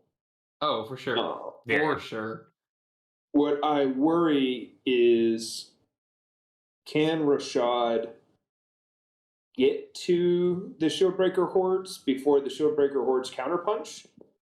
Because he doesn't really have anything that's going to survive those Shieldbreaker hordes. But Rashad brought the Golok Breakers. He brought 3 of them, in fact. And starting turn 1, unless Alan deploys Golok in hiding, which is great for Rashad, Golok's going to start taking shots right in the face, or those catapults might go after Iron Guard chaff. So it's going to be a tough matchup for the dwarves because they're not fast enough to outmaneuver those wraiths and whites. Yeah, honestly, I think I might prioritize the troops in the hunting pack regiment. Like, start picking up the things you can theoretically you clear the chaff, and then your fast boys just hit whatever they want. But exactly. He's going to put the tempo on turn 1, and I think that supports Matt's statement that claw shots and sharpshoot troops don't suck, but organ guns need to be in range, and Rashad's awkwardly fast enough, even with shambling, to wait a turn or 2 before he goes in. He'd even shoot the artillery and counter battery it off first. Yeah, it all depends on how Alan deploys. Now, Alan's been playing dwarves since I met him years and years ago, so he understands dwarves very, very well, and he's good at them. Every time we've played, it's been in one of the top tables. But Rashad's no slouch either, even if he's just the cheese. I don't really like either of these lists. I don't get either one of them, other than they're trying not to take the obvious stuff. Like, that's what comes across for both of these lists to me. I don't think Rashad can kill off Alan's doors, get him off objectives, or parts of the board where Rashad doesn't want Alan to be. It's just, organ guns, even if they're shooting into stealthy, like shambling undead doesn't want to see 20 plus inch shooting with piercing attached to it. It's just not a good day. And the bulwarkers are the perfect counter to the whites and the wraiths, unless you can surge them into a flank, which is easier said than done in my experience. So I just don't see how Rashad kills off this dwarf list. You sound like you're speaking from experience with some flashbacks there, Tom. Doors are always a tough matchup for undead. They are. I really am inclined to vote this one my first genuine draw, because I don't think Rashad can kill the dwarves, but I don't think the dwarves can outmaneuver or get around sort of the surprisingly durable Rashad army. Because Rashad didn't take all the killers, but he's got some stuff. And he's got stealthy. He's got pseudo soul drain. I really just think it's going to be too padded walls slapping each other, and a draw. Nobody brought a mean list, and it makes it hard to predict. I mean, where I'm at is like that Revenant Horde and the Zombie Legion, unless they're getting double charged or 5 dogs thrown at it, I don't really see how those die very quickly. Grind it out. Realistically, there is I a mean- decent amount of heal in Rashad's list too, so it Exactly, but if you're grinding, that favors Rashad heavily at that point. Because then those whites get those flanks, Yeah. real easy. there's I'll agree with Tom. Rashad's not killing Allen unless Allen makes mistakes. But Yeah. I don't think Allen's going to kill Rashad unless he gets risky. So that just sits with 2 players both afraid to get risky, and you get or they both go risky, and then you get a draw because they killed each other off the objectives. the dwarves both have a little bit more width, I guess is how I'd put it. Like if we're talking about the front line and how much of the army makes up just the front rank of your entire army. Rashad has 2 regiments, the Revenants, and I'll say the zombies for sure, and then the Wraiths. Revcav are more chaff. I would argue they're in front of the front rank. Whereas the dwarves have the 2 hordes of shield breakers, the 2 regiments of bulwarkers, and the horde of ironclad. So I will say Allen has a shitload more unit strength. Yeah. Like that's Allen's evidented by those hordes. So 23. these, but it's definitely not as sustainable, at least on the healing side of it. Like Rashad theoretically should out heal, but if it's taking that long to grind through things, then I don't know he'll have time to get to objectives by the end. This is definitely interesting. I like Rashad's list conceptually. Like it feels, everything makes sense. I see what all the choices are there for. It may not be the hot meta list, but it's definitely like I could at least understand the thought process with it. I definitely think this dwarf list, I can see what he's doing, and I think there could have been more optimized choices, but it's still solid. Like most Kings of War things, it doesn't really matter. All these units are still good in their own right. He's just kind of picked an odd assortment of them. I honestly don't know who to vote for. I'm going to make Tom go first and presumably pick the dwarves. Yeah, no, I don't think this is close. I think the dwarves got it pretty easily. Okay. You got dwarves to I'm start. giving it to dwarves. Dwarves. Yeah, Allen's very good at that list. Michael. I think Rashad's list is a little bit more focused, but I do like the dwarves in this matchup, so I'll give it to the dwarves. Mark. Well, I can't not vote for Rashad. I mean, it's a teammate and all. Not in region, not regional teammate, but gaming club teammate. I Sure. didn't think you'd vote for anyone without chariots. I mean, he can't take them. He could ally them, I guess. But I think Rashad has been getting a lot of reps in with it recently. I think he has the tools. It's not going to be an easy match for him, but I do think he can squeak this out. 12-8. I guess it's a 25-point system, so whatever, a 14-9 or something. 14-11 rather. Yeah. Oh yeah, Alan is, isn't he? Well, Alan is actually Midwest. Well, I've known. Whatever. Yeah.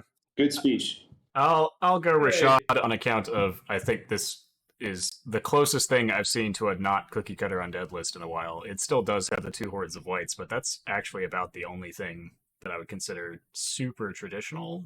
Like RevCap troops, yeah. Otherwise, it is actually trying to branch out at least a little bit in some of the picks. Yeah. Like Balefire catapults are definitely an anti-meta choice. If Zoonoc draw is is- an option, my vote is actually going to be draw. But Yeah. I'll take the coward way out. But another bet would be, is Rashad sober enough to show up on time? So, a question I don't think anyone has answered. Already. Friday night's going to be fun. Table 14. We've got Drew Allen versus Devlin Smith. We have a volunteer for Drew. I could take Drew. And I'm going to make Mark read Devlin's because he's not playing Empire of Dust. Is Devlin legally allowed to not play Empire of Dust? He's not. But he is anyway, so. I could start off with Drew's list. Go for it. All right, so he has 1, 2, 3, 4, 5 units of Iron Guard with Throwing Mastiffs and 1 sad unit of Iron Guard that didn't get Throwing Mastiffs. He's got 2 Greater Earth Elementals, 1 Stone Priest with Conjurer's Staff, Bane Chant 2, and Radiance of Life. He also has another Stone Priest with the Periscope, Radiance of Life, and the Library of Celestial Restoration. He also has a dude with a lute and some allied elves with some Gladestalkers and a big old dragon. 24 unit strength, 13 units. Elves allied to dwarves? Yeah, it's kind of a flavor fail. But,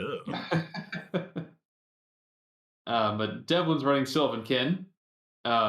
He's got a Horde of Forest Guard with the Brew of Strength, so Thunder 1, Crush 1. He's got 3 Sylvan Gladestalkers. 1 has the Fire Oil because he remembered to spend those last 5 points.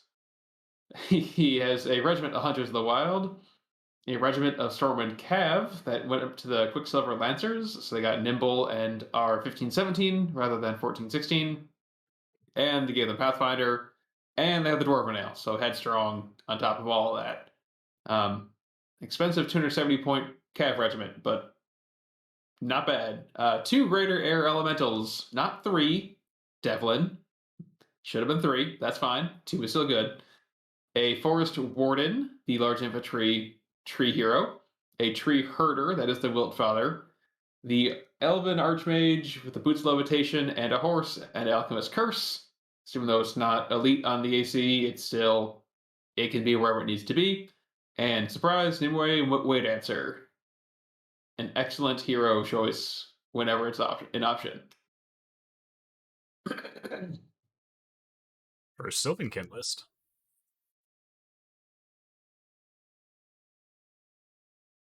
But more air elementals. Yeah. It's hard for me to vote against air elementals. That's what I'm running. I love them. They're great. But man, this dwarf trend of take all the Iron Guard and put dogs on everything is not sure if it's really what Devlin wants to be seeing. It is 8 defense 6 units. Yeah.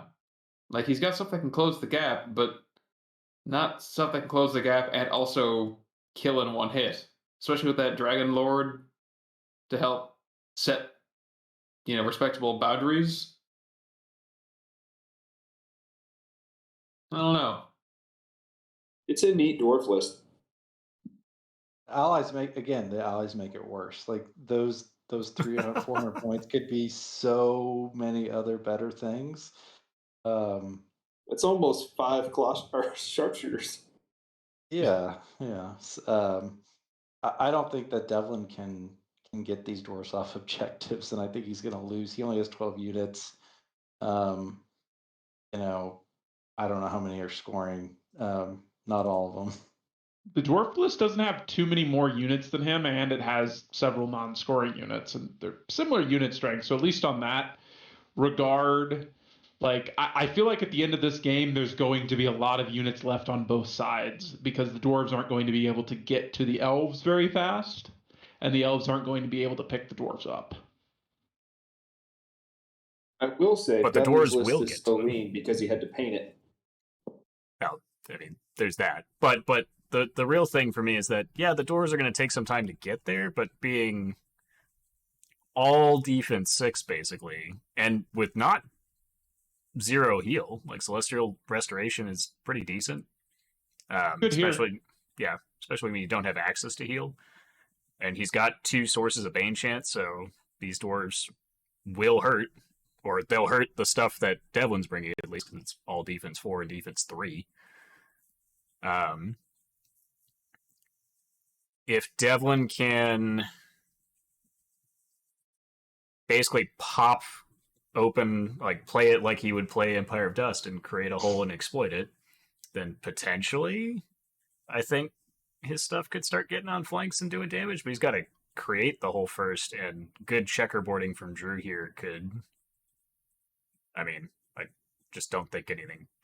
Tom's analysis of it's all defense 6 and all of the shooting is not piercing. Yeah, that's the issue. I like Drew's dragon. I don't like that Drew took a dragon, which sounds stupid, because he's got a thing that stops a thing. It's a lot cheaper to buy a Berserker Lord with the beat stick and then save your points and put a couple shooters in here instead of Glade Stalkers, and all of a sudden you've got some piercing 2 snipers doing damage and a Berserker Lord saying, "Come at me, you bastards." I also just don't like the army standard bearer with the loot. You could have just put Bane Chant 2 on the other Stone Priest. I don't know if the inspiring... I think army standard bearers are mostly a holdover from second. I don't see them serving much of a purpose in most lists anymore. Correct. That said, Devlin's going to have a hard time killing it. So there's that. The Stormwind Cavalry is going to pick up whatever regiment it slams into and then probably die. Will it? Yeah, I was about to say that. I don't know that it will kill what it runs into. Isn't he running? Even with Bane Chant, he doesn't have Bane Chant on his horse. Yeah, even with Bane Chant, I don't think they would kill it.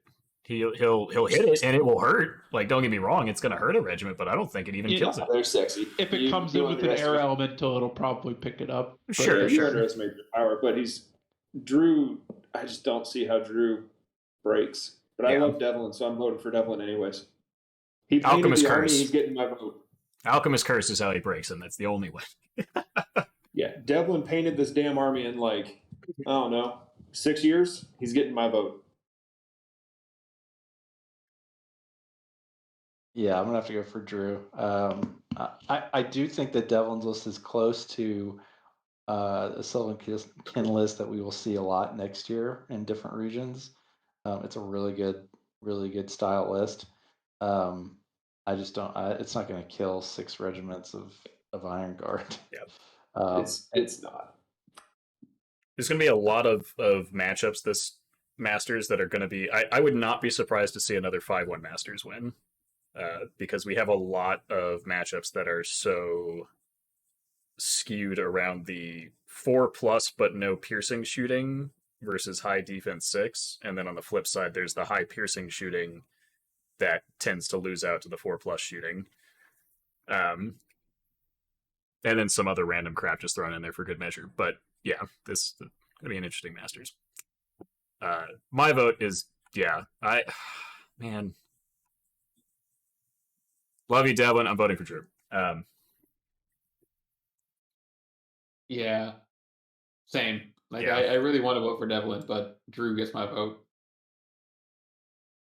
I think uncharacteristically for him, Devlin's going to win some other games with this list, but I don't think he picks this one up. And that's actually very well said. Alrighty. Well, everyone's voted? Mm. Alright. About to pop my I think second we can batch skip of... table 15. It's not important. Oh, is it me and Ryan? Yeah. Oh God. We should have had Ryan. Ryan should have been in the cast for it. Yeah, it's unfortunate he wasn't able to be here for today. But the caster off. The chat's vote is Devlin loses round 1 and then wins the other 5 for U.S. Masters. I mean, if he dodges the right lists, it is technically possible. Yes. All right. I will go ahead and read off my list if someone else wants to read off Ryan's here. I haven't looked at his, so I don't actually know what I'm in for. I'll read it. I'm bringing my usual BS, speedy EOD, so it's a troop of RevCav and a regiment of RevCav. The regiment has the Boots of Striding. I'm bringing a single Desert Swarm as a mandatory upgrade to the Soul Snare. 4 regiments of Chariots, none of them with bows. A horde of enslaved guardians with the Aegis of the Elohi. The Monolith, the Soul Snare. A Pharaoh on Royal Chariot with Surge. Pappy, and Shopik. It comes out to 13 drops and 20 unit strength.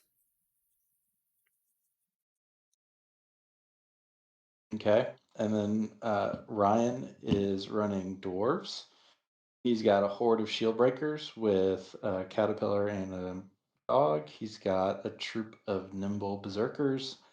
He's got a regiment of rangers, 2 sharpshooters, a battle driller, Golok's Fury, 4 Lord on large beasts with the Bandit of the Aberdshire, Stone Priest with, Veil of Shadows, Radiance of Life, Banechant 2, and the Sacred Horn. He's got Gareth Heavy Hand, and then the formation of 2 Bulwarker regiments with dogs, Ironclad Horde with the dog, and Brew Strength, and then the Standard Bearer. 14 drops, 22 unit strength. What do you guys think? I think it's a really well balanced dwarf list. And I then really like Ryan's list. for some reason. I think the EOD list is kind of a cookie cutter EOD list, so I'm not sure how well it's going to perform. I think We've the all EOD seen list is Gonna gonna drink to that, even though you know it's not. All right. I don't know, Matt. I've seen this list at a lot of different tournaments. I don't know. Yeah. Yeah. I'm not sure how experienced the pilot's going to be for EOD. That's something we have to take into consideration. Man, I mean, this isn't a rough matchup. Every time I look at anyone else's list and then look at my list, I'm like, I don't understand how I'm going to beat this. And then I play it and I beat it, and I'm like, oh, okay, that's how I do it. But on the paper, I can never understand how I'd conceivably beat this. He's got a lot of defense 6. Because I He's don't got understand high. how you win on paper. That's fair. He's got a lot of high nerve. He's got phalanx, which is less impactful against the chariots, but they still don't like losing Thunderous when they don't have to. It's definitely going to be interesting. The only thing I thought was weird on Ryan's list was he took Heavy Hand, but I know it gives him Radiance of Life, which is cool, and Heavy Hand is still neat. But I would have rather seen him take a Nimble Berserker Cav troop. If memory serves, you can give Skirmisher Boots to Cav as well. Does he have I would have rather seen that. Speed 10? He doesn't have a king flying or something like that? No, just No? the. He's got no Orphan turning large offy beast. guys. Well, that'll be interesting. Yeah, I mean he's got the formation. He's gonna be thick to break, and he's got double Radiance Life and Iron Resolve, which means he's gonna grind really well. Yeah. But the only thing I don't necessarily love is that the infantry unit with skirmisher boots, like it's cool, right? They fit in the flank, and that's 30 dice in a flank. But boy, he could have made that a Brock Rider troop that was nimble and had to reach out and touch me second wave. But on the whole, I really do think Ryan's list is a really well balanced roof list. That Matt guy, it's old news. It's nothing new in there. I like your list a lot overall in the meta right now, Matt, but I am really worried that you're not going to break through the dwarf with your regiments of chariots. Although you've got Captain Make Chariots Good, right? Yeah. What's up? You have the Make Chariots Good Captain guy, the Royal Chariot. There he is. No, I don't have Ross. Ross. I don't have Ross. That's just a regular chariot, isn't it? Yeah, just a regular Pharaoh chariot. I was trying to find the special rule for Ross so I could read it, but that's why I can't find it. Yeah. Matt doesn't like Ross. I like Ross in other lists. I don't like him in this list. Yeah. Fair. Really, I'm the gonna only do the edge to Ryan, just because I'm just not sure if your chariot regiments have the ass to break him open, and you don't live through a counterpunch. I don't know about that, but but Nah. I will say that your Soul Snare has plenty of good targets to drink from. I mean, Rangers, Berserkers, Shield Breakers are all prime targets to actually heal wounds back, and he doesn't have as many throwing Mastiffs as we've seen in any other dwarf list. Only the 4 Mastiffs, I think, right? yeah, you also may not So get to like throw you them. still exactly. It's like you still control the board perfectly fine. Yeah. Oh, he has no you take counter a few for wounds on the Pappy. way in, but Yeah. exactly. Like I think that there's a lot going on in his list, but you're gonna have to work for it. But it's not all defense 6. There's plenty of 4 and 5. Yeah. Um, I don't want to go into my whole strategy just looking list on list, but I would say that it's going to come down to how this list has always worked, which is like most Alpha Strike lists, it's smack into something, make a hole, surge into the hole, flank and kill everyone yeah. else. And then the fearless stuff holds stuff up just long enough for that to be accomplished. I do think this is probably the best dwarf lift we've seen tonight for you to play.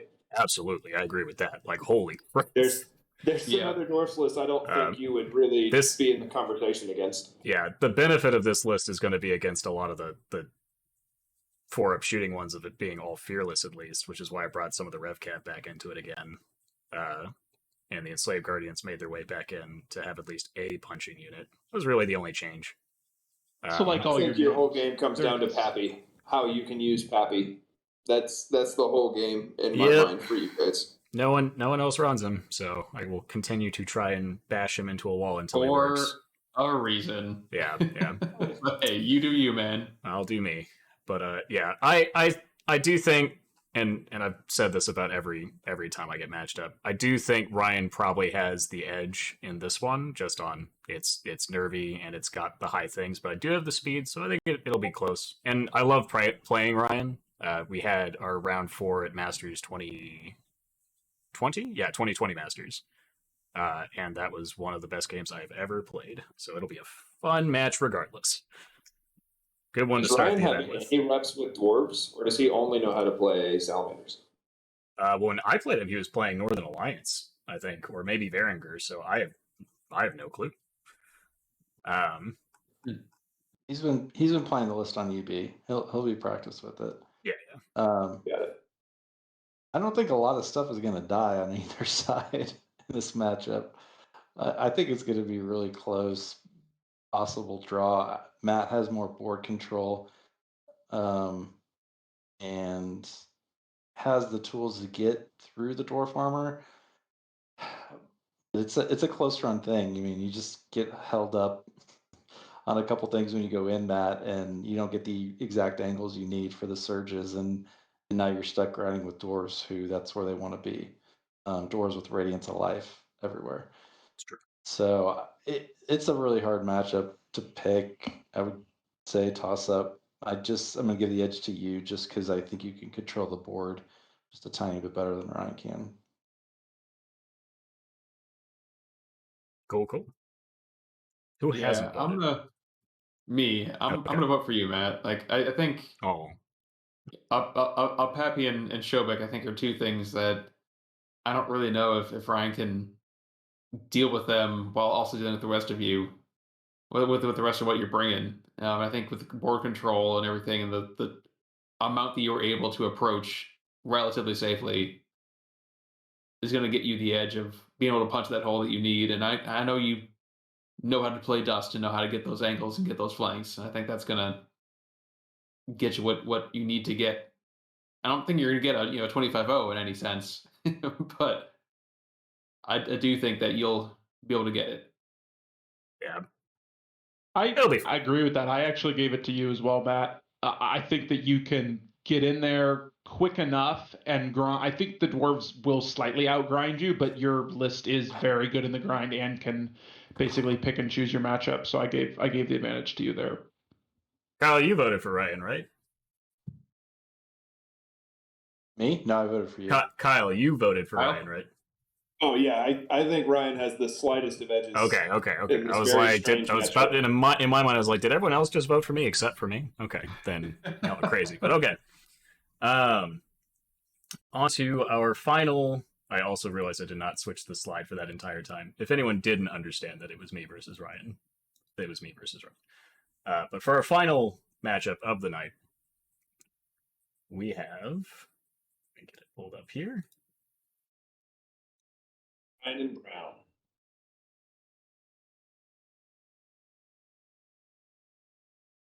Got more gobos. So Kyle can read that one because I'm sure he'll want to. They were goblins that I loved until I didn't, so I'm happy to read them so everyone can hear the disappointment grow.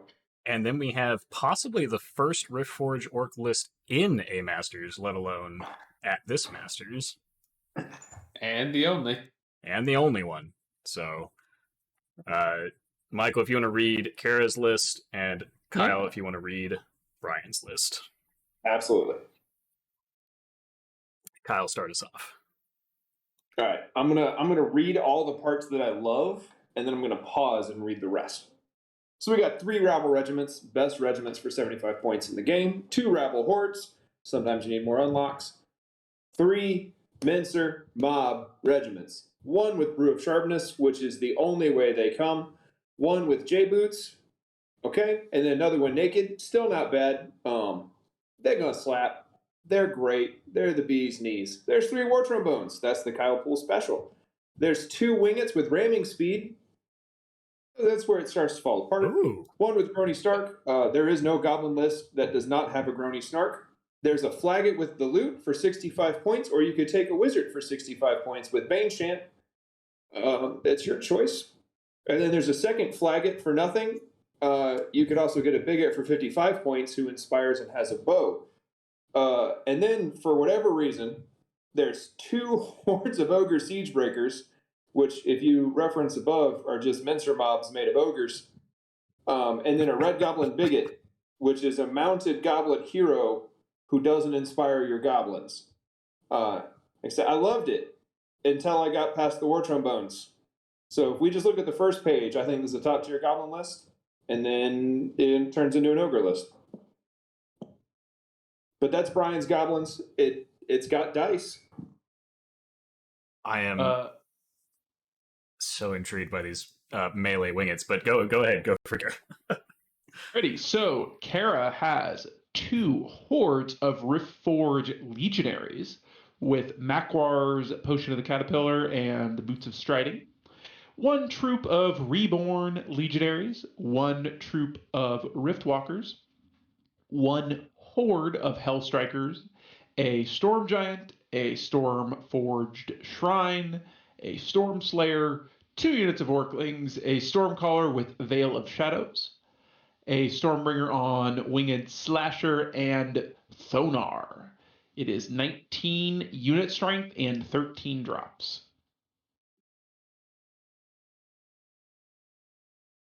What was Brian's 19 drops and 26 unit strength? Yeah, my bad. I got confused by how mad I was. 26 unit strength, 19 drops.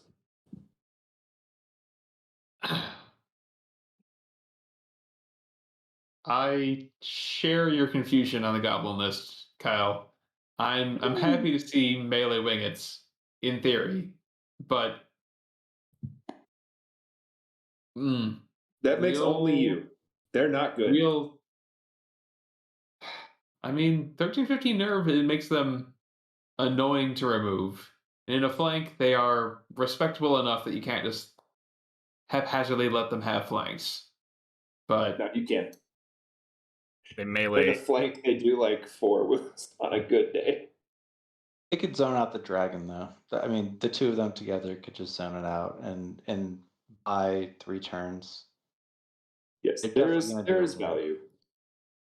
Yeah, I don't really get either of these lists. To be quite honest, they seem a little unfocused. I get the goblins are like all the defense 6, but then you don't take triple whiz with weakness, which is what you're supposed to do when you take multiple Mincer mobs.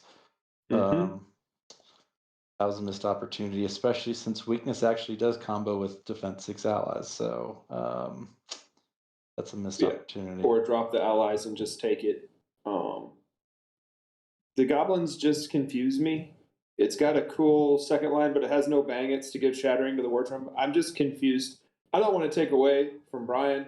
It's a fun-looking list. Goblins are cool. You can do whatever you want with them. That's the beauty of goblins. Like mine have dinosaurs in them. But the list feels like it's all in on defense 6 and chaff, and then doesn't have anything to support the defense 6. Chaff. It's got the wrong, and even the chaff, it's rabble chaff instead of like mincers or mobbies, really. So normally use the nimble mobbies so that they die and let your hammers go in. There's nothing like having your horde stuck for 4 turns while you've got 1,000 points of mincers waiting in the back. The flaggets just confuse me. Out of all armies in the game, why would you take flag guys and goblins? Maybe he's the new meta, though. We don't know. I mean, Wizzes you don't want that inspire. inspiring. Yeah, I was gonna say Wizzes don't inspire by default, right? No, they don't. So Right, at but, least like- this one makes sense. Like Bane Chant 2 and Inspiring instead of buying the Inspiring Talisman on a Yeah, Wiz. Like, That's fair. yeah, functionally almost achieving the same goal. You save some points, but Yeah. it's That- I just don't I don't think you care that much about inspiring all your rabble. Like you want to get those Sure. mincers inspired, sure, but you still have a lot of rabble. And just like who cares? You definitely don't need this second one just to have it. This does feel weird. You Crush could 1, crush 1, crush 2, crush 1, crush 1. Yeah. Crush 4. There's a whole lot of Cracker Jacks going on in Kara's list. A lot of crush. I mean, it's orc, so it's crush 1 everywhere. But there's a lot of things with access to crush 2. Crush 3 even on the Stormbringer on Wing Slasher. Storm Shrine can pass Bane Chant around multiple places. Yep. The concern I have is, despite me not liking them, the Siegebreaker allies may actually be what tilts the game back into Brian's ballpark, because the speed that they bring,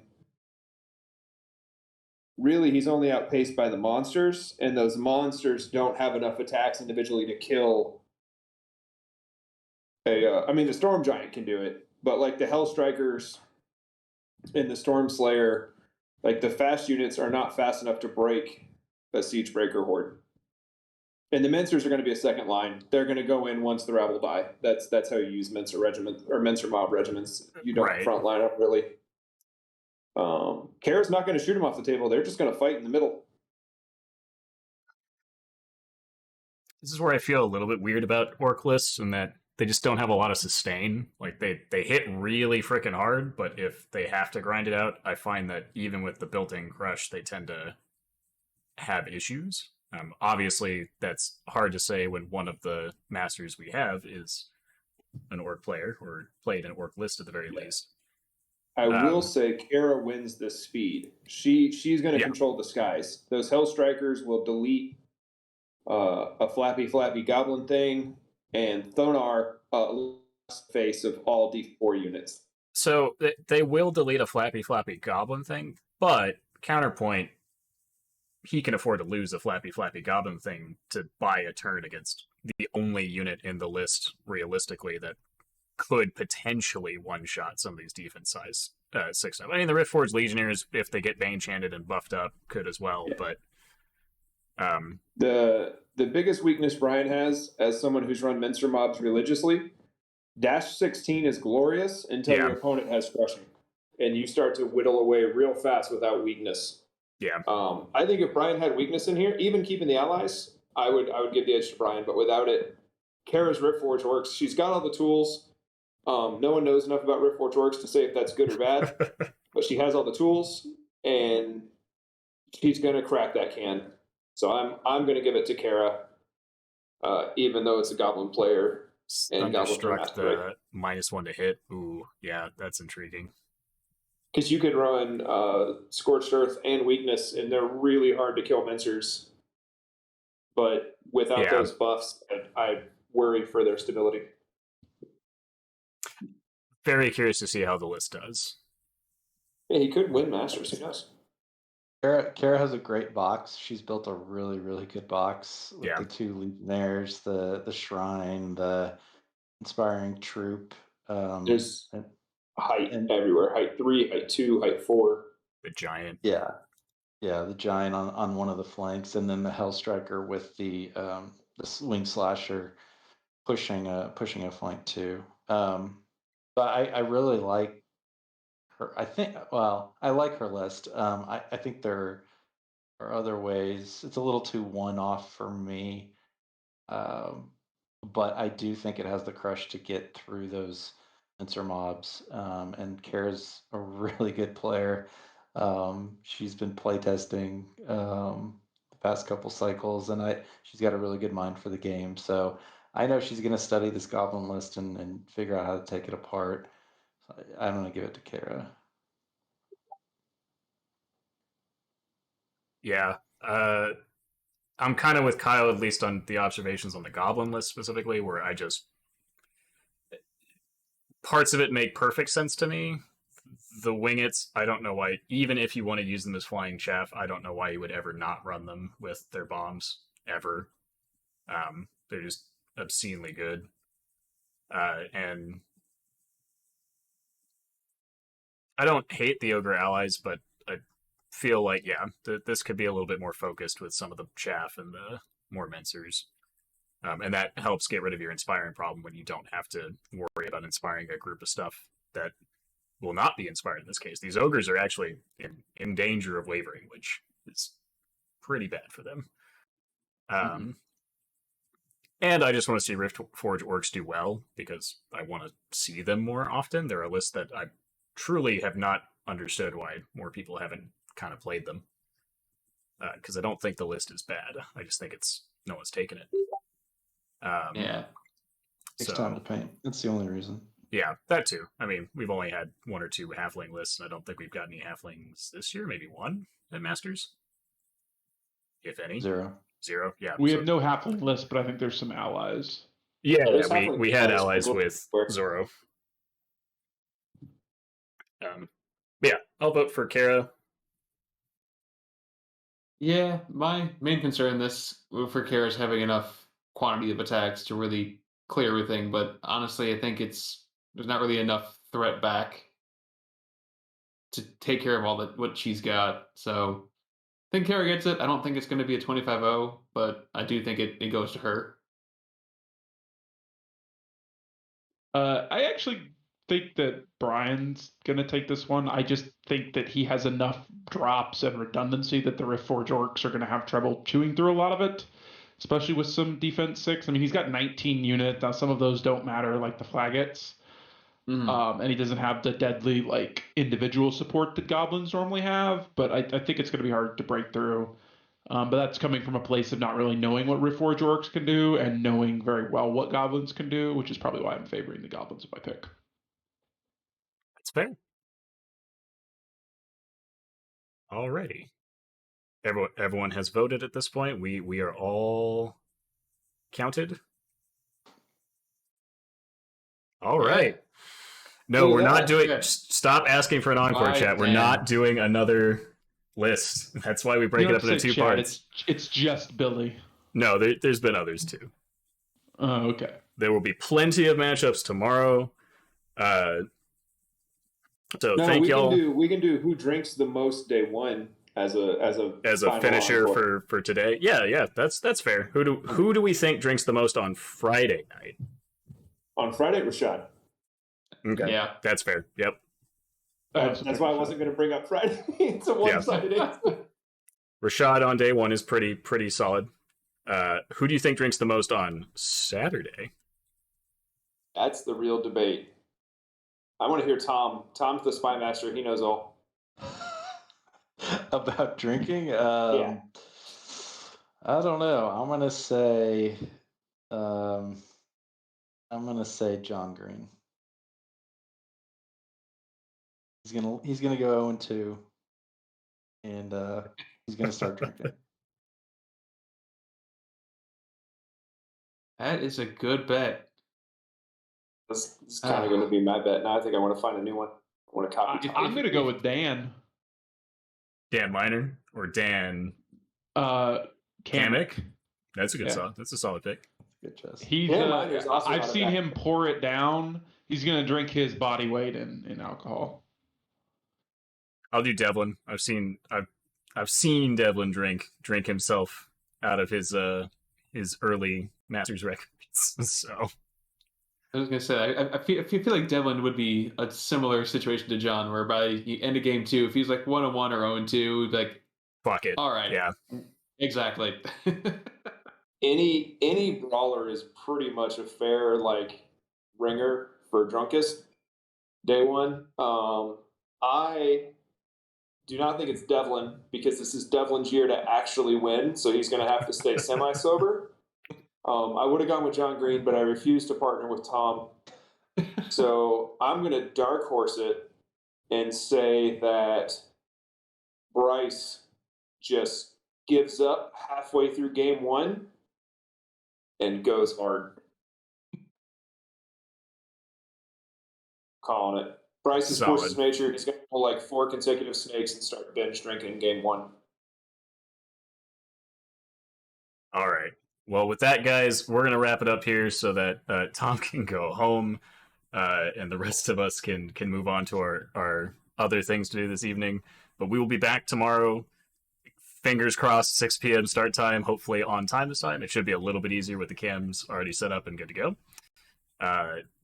We'll cover the second half of the Masters tables on Wednesday. Expect to see the YouTube videos linked and up on Fanatics, so that way people who missed the stream can watch them, or people who are flying or traveling or driving can listen to them in their car rides, as I'm sure those of you who are driving will want something to listen to.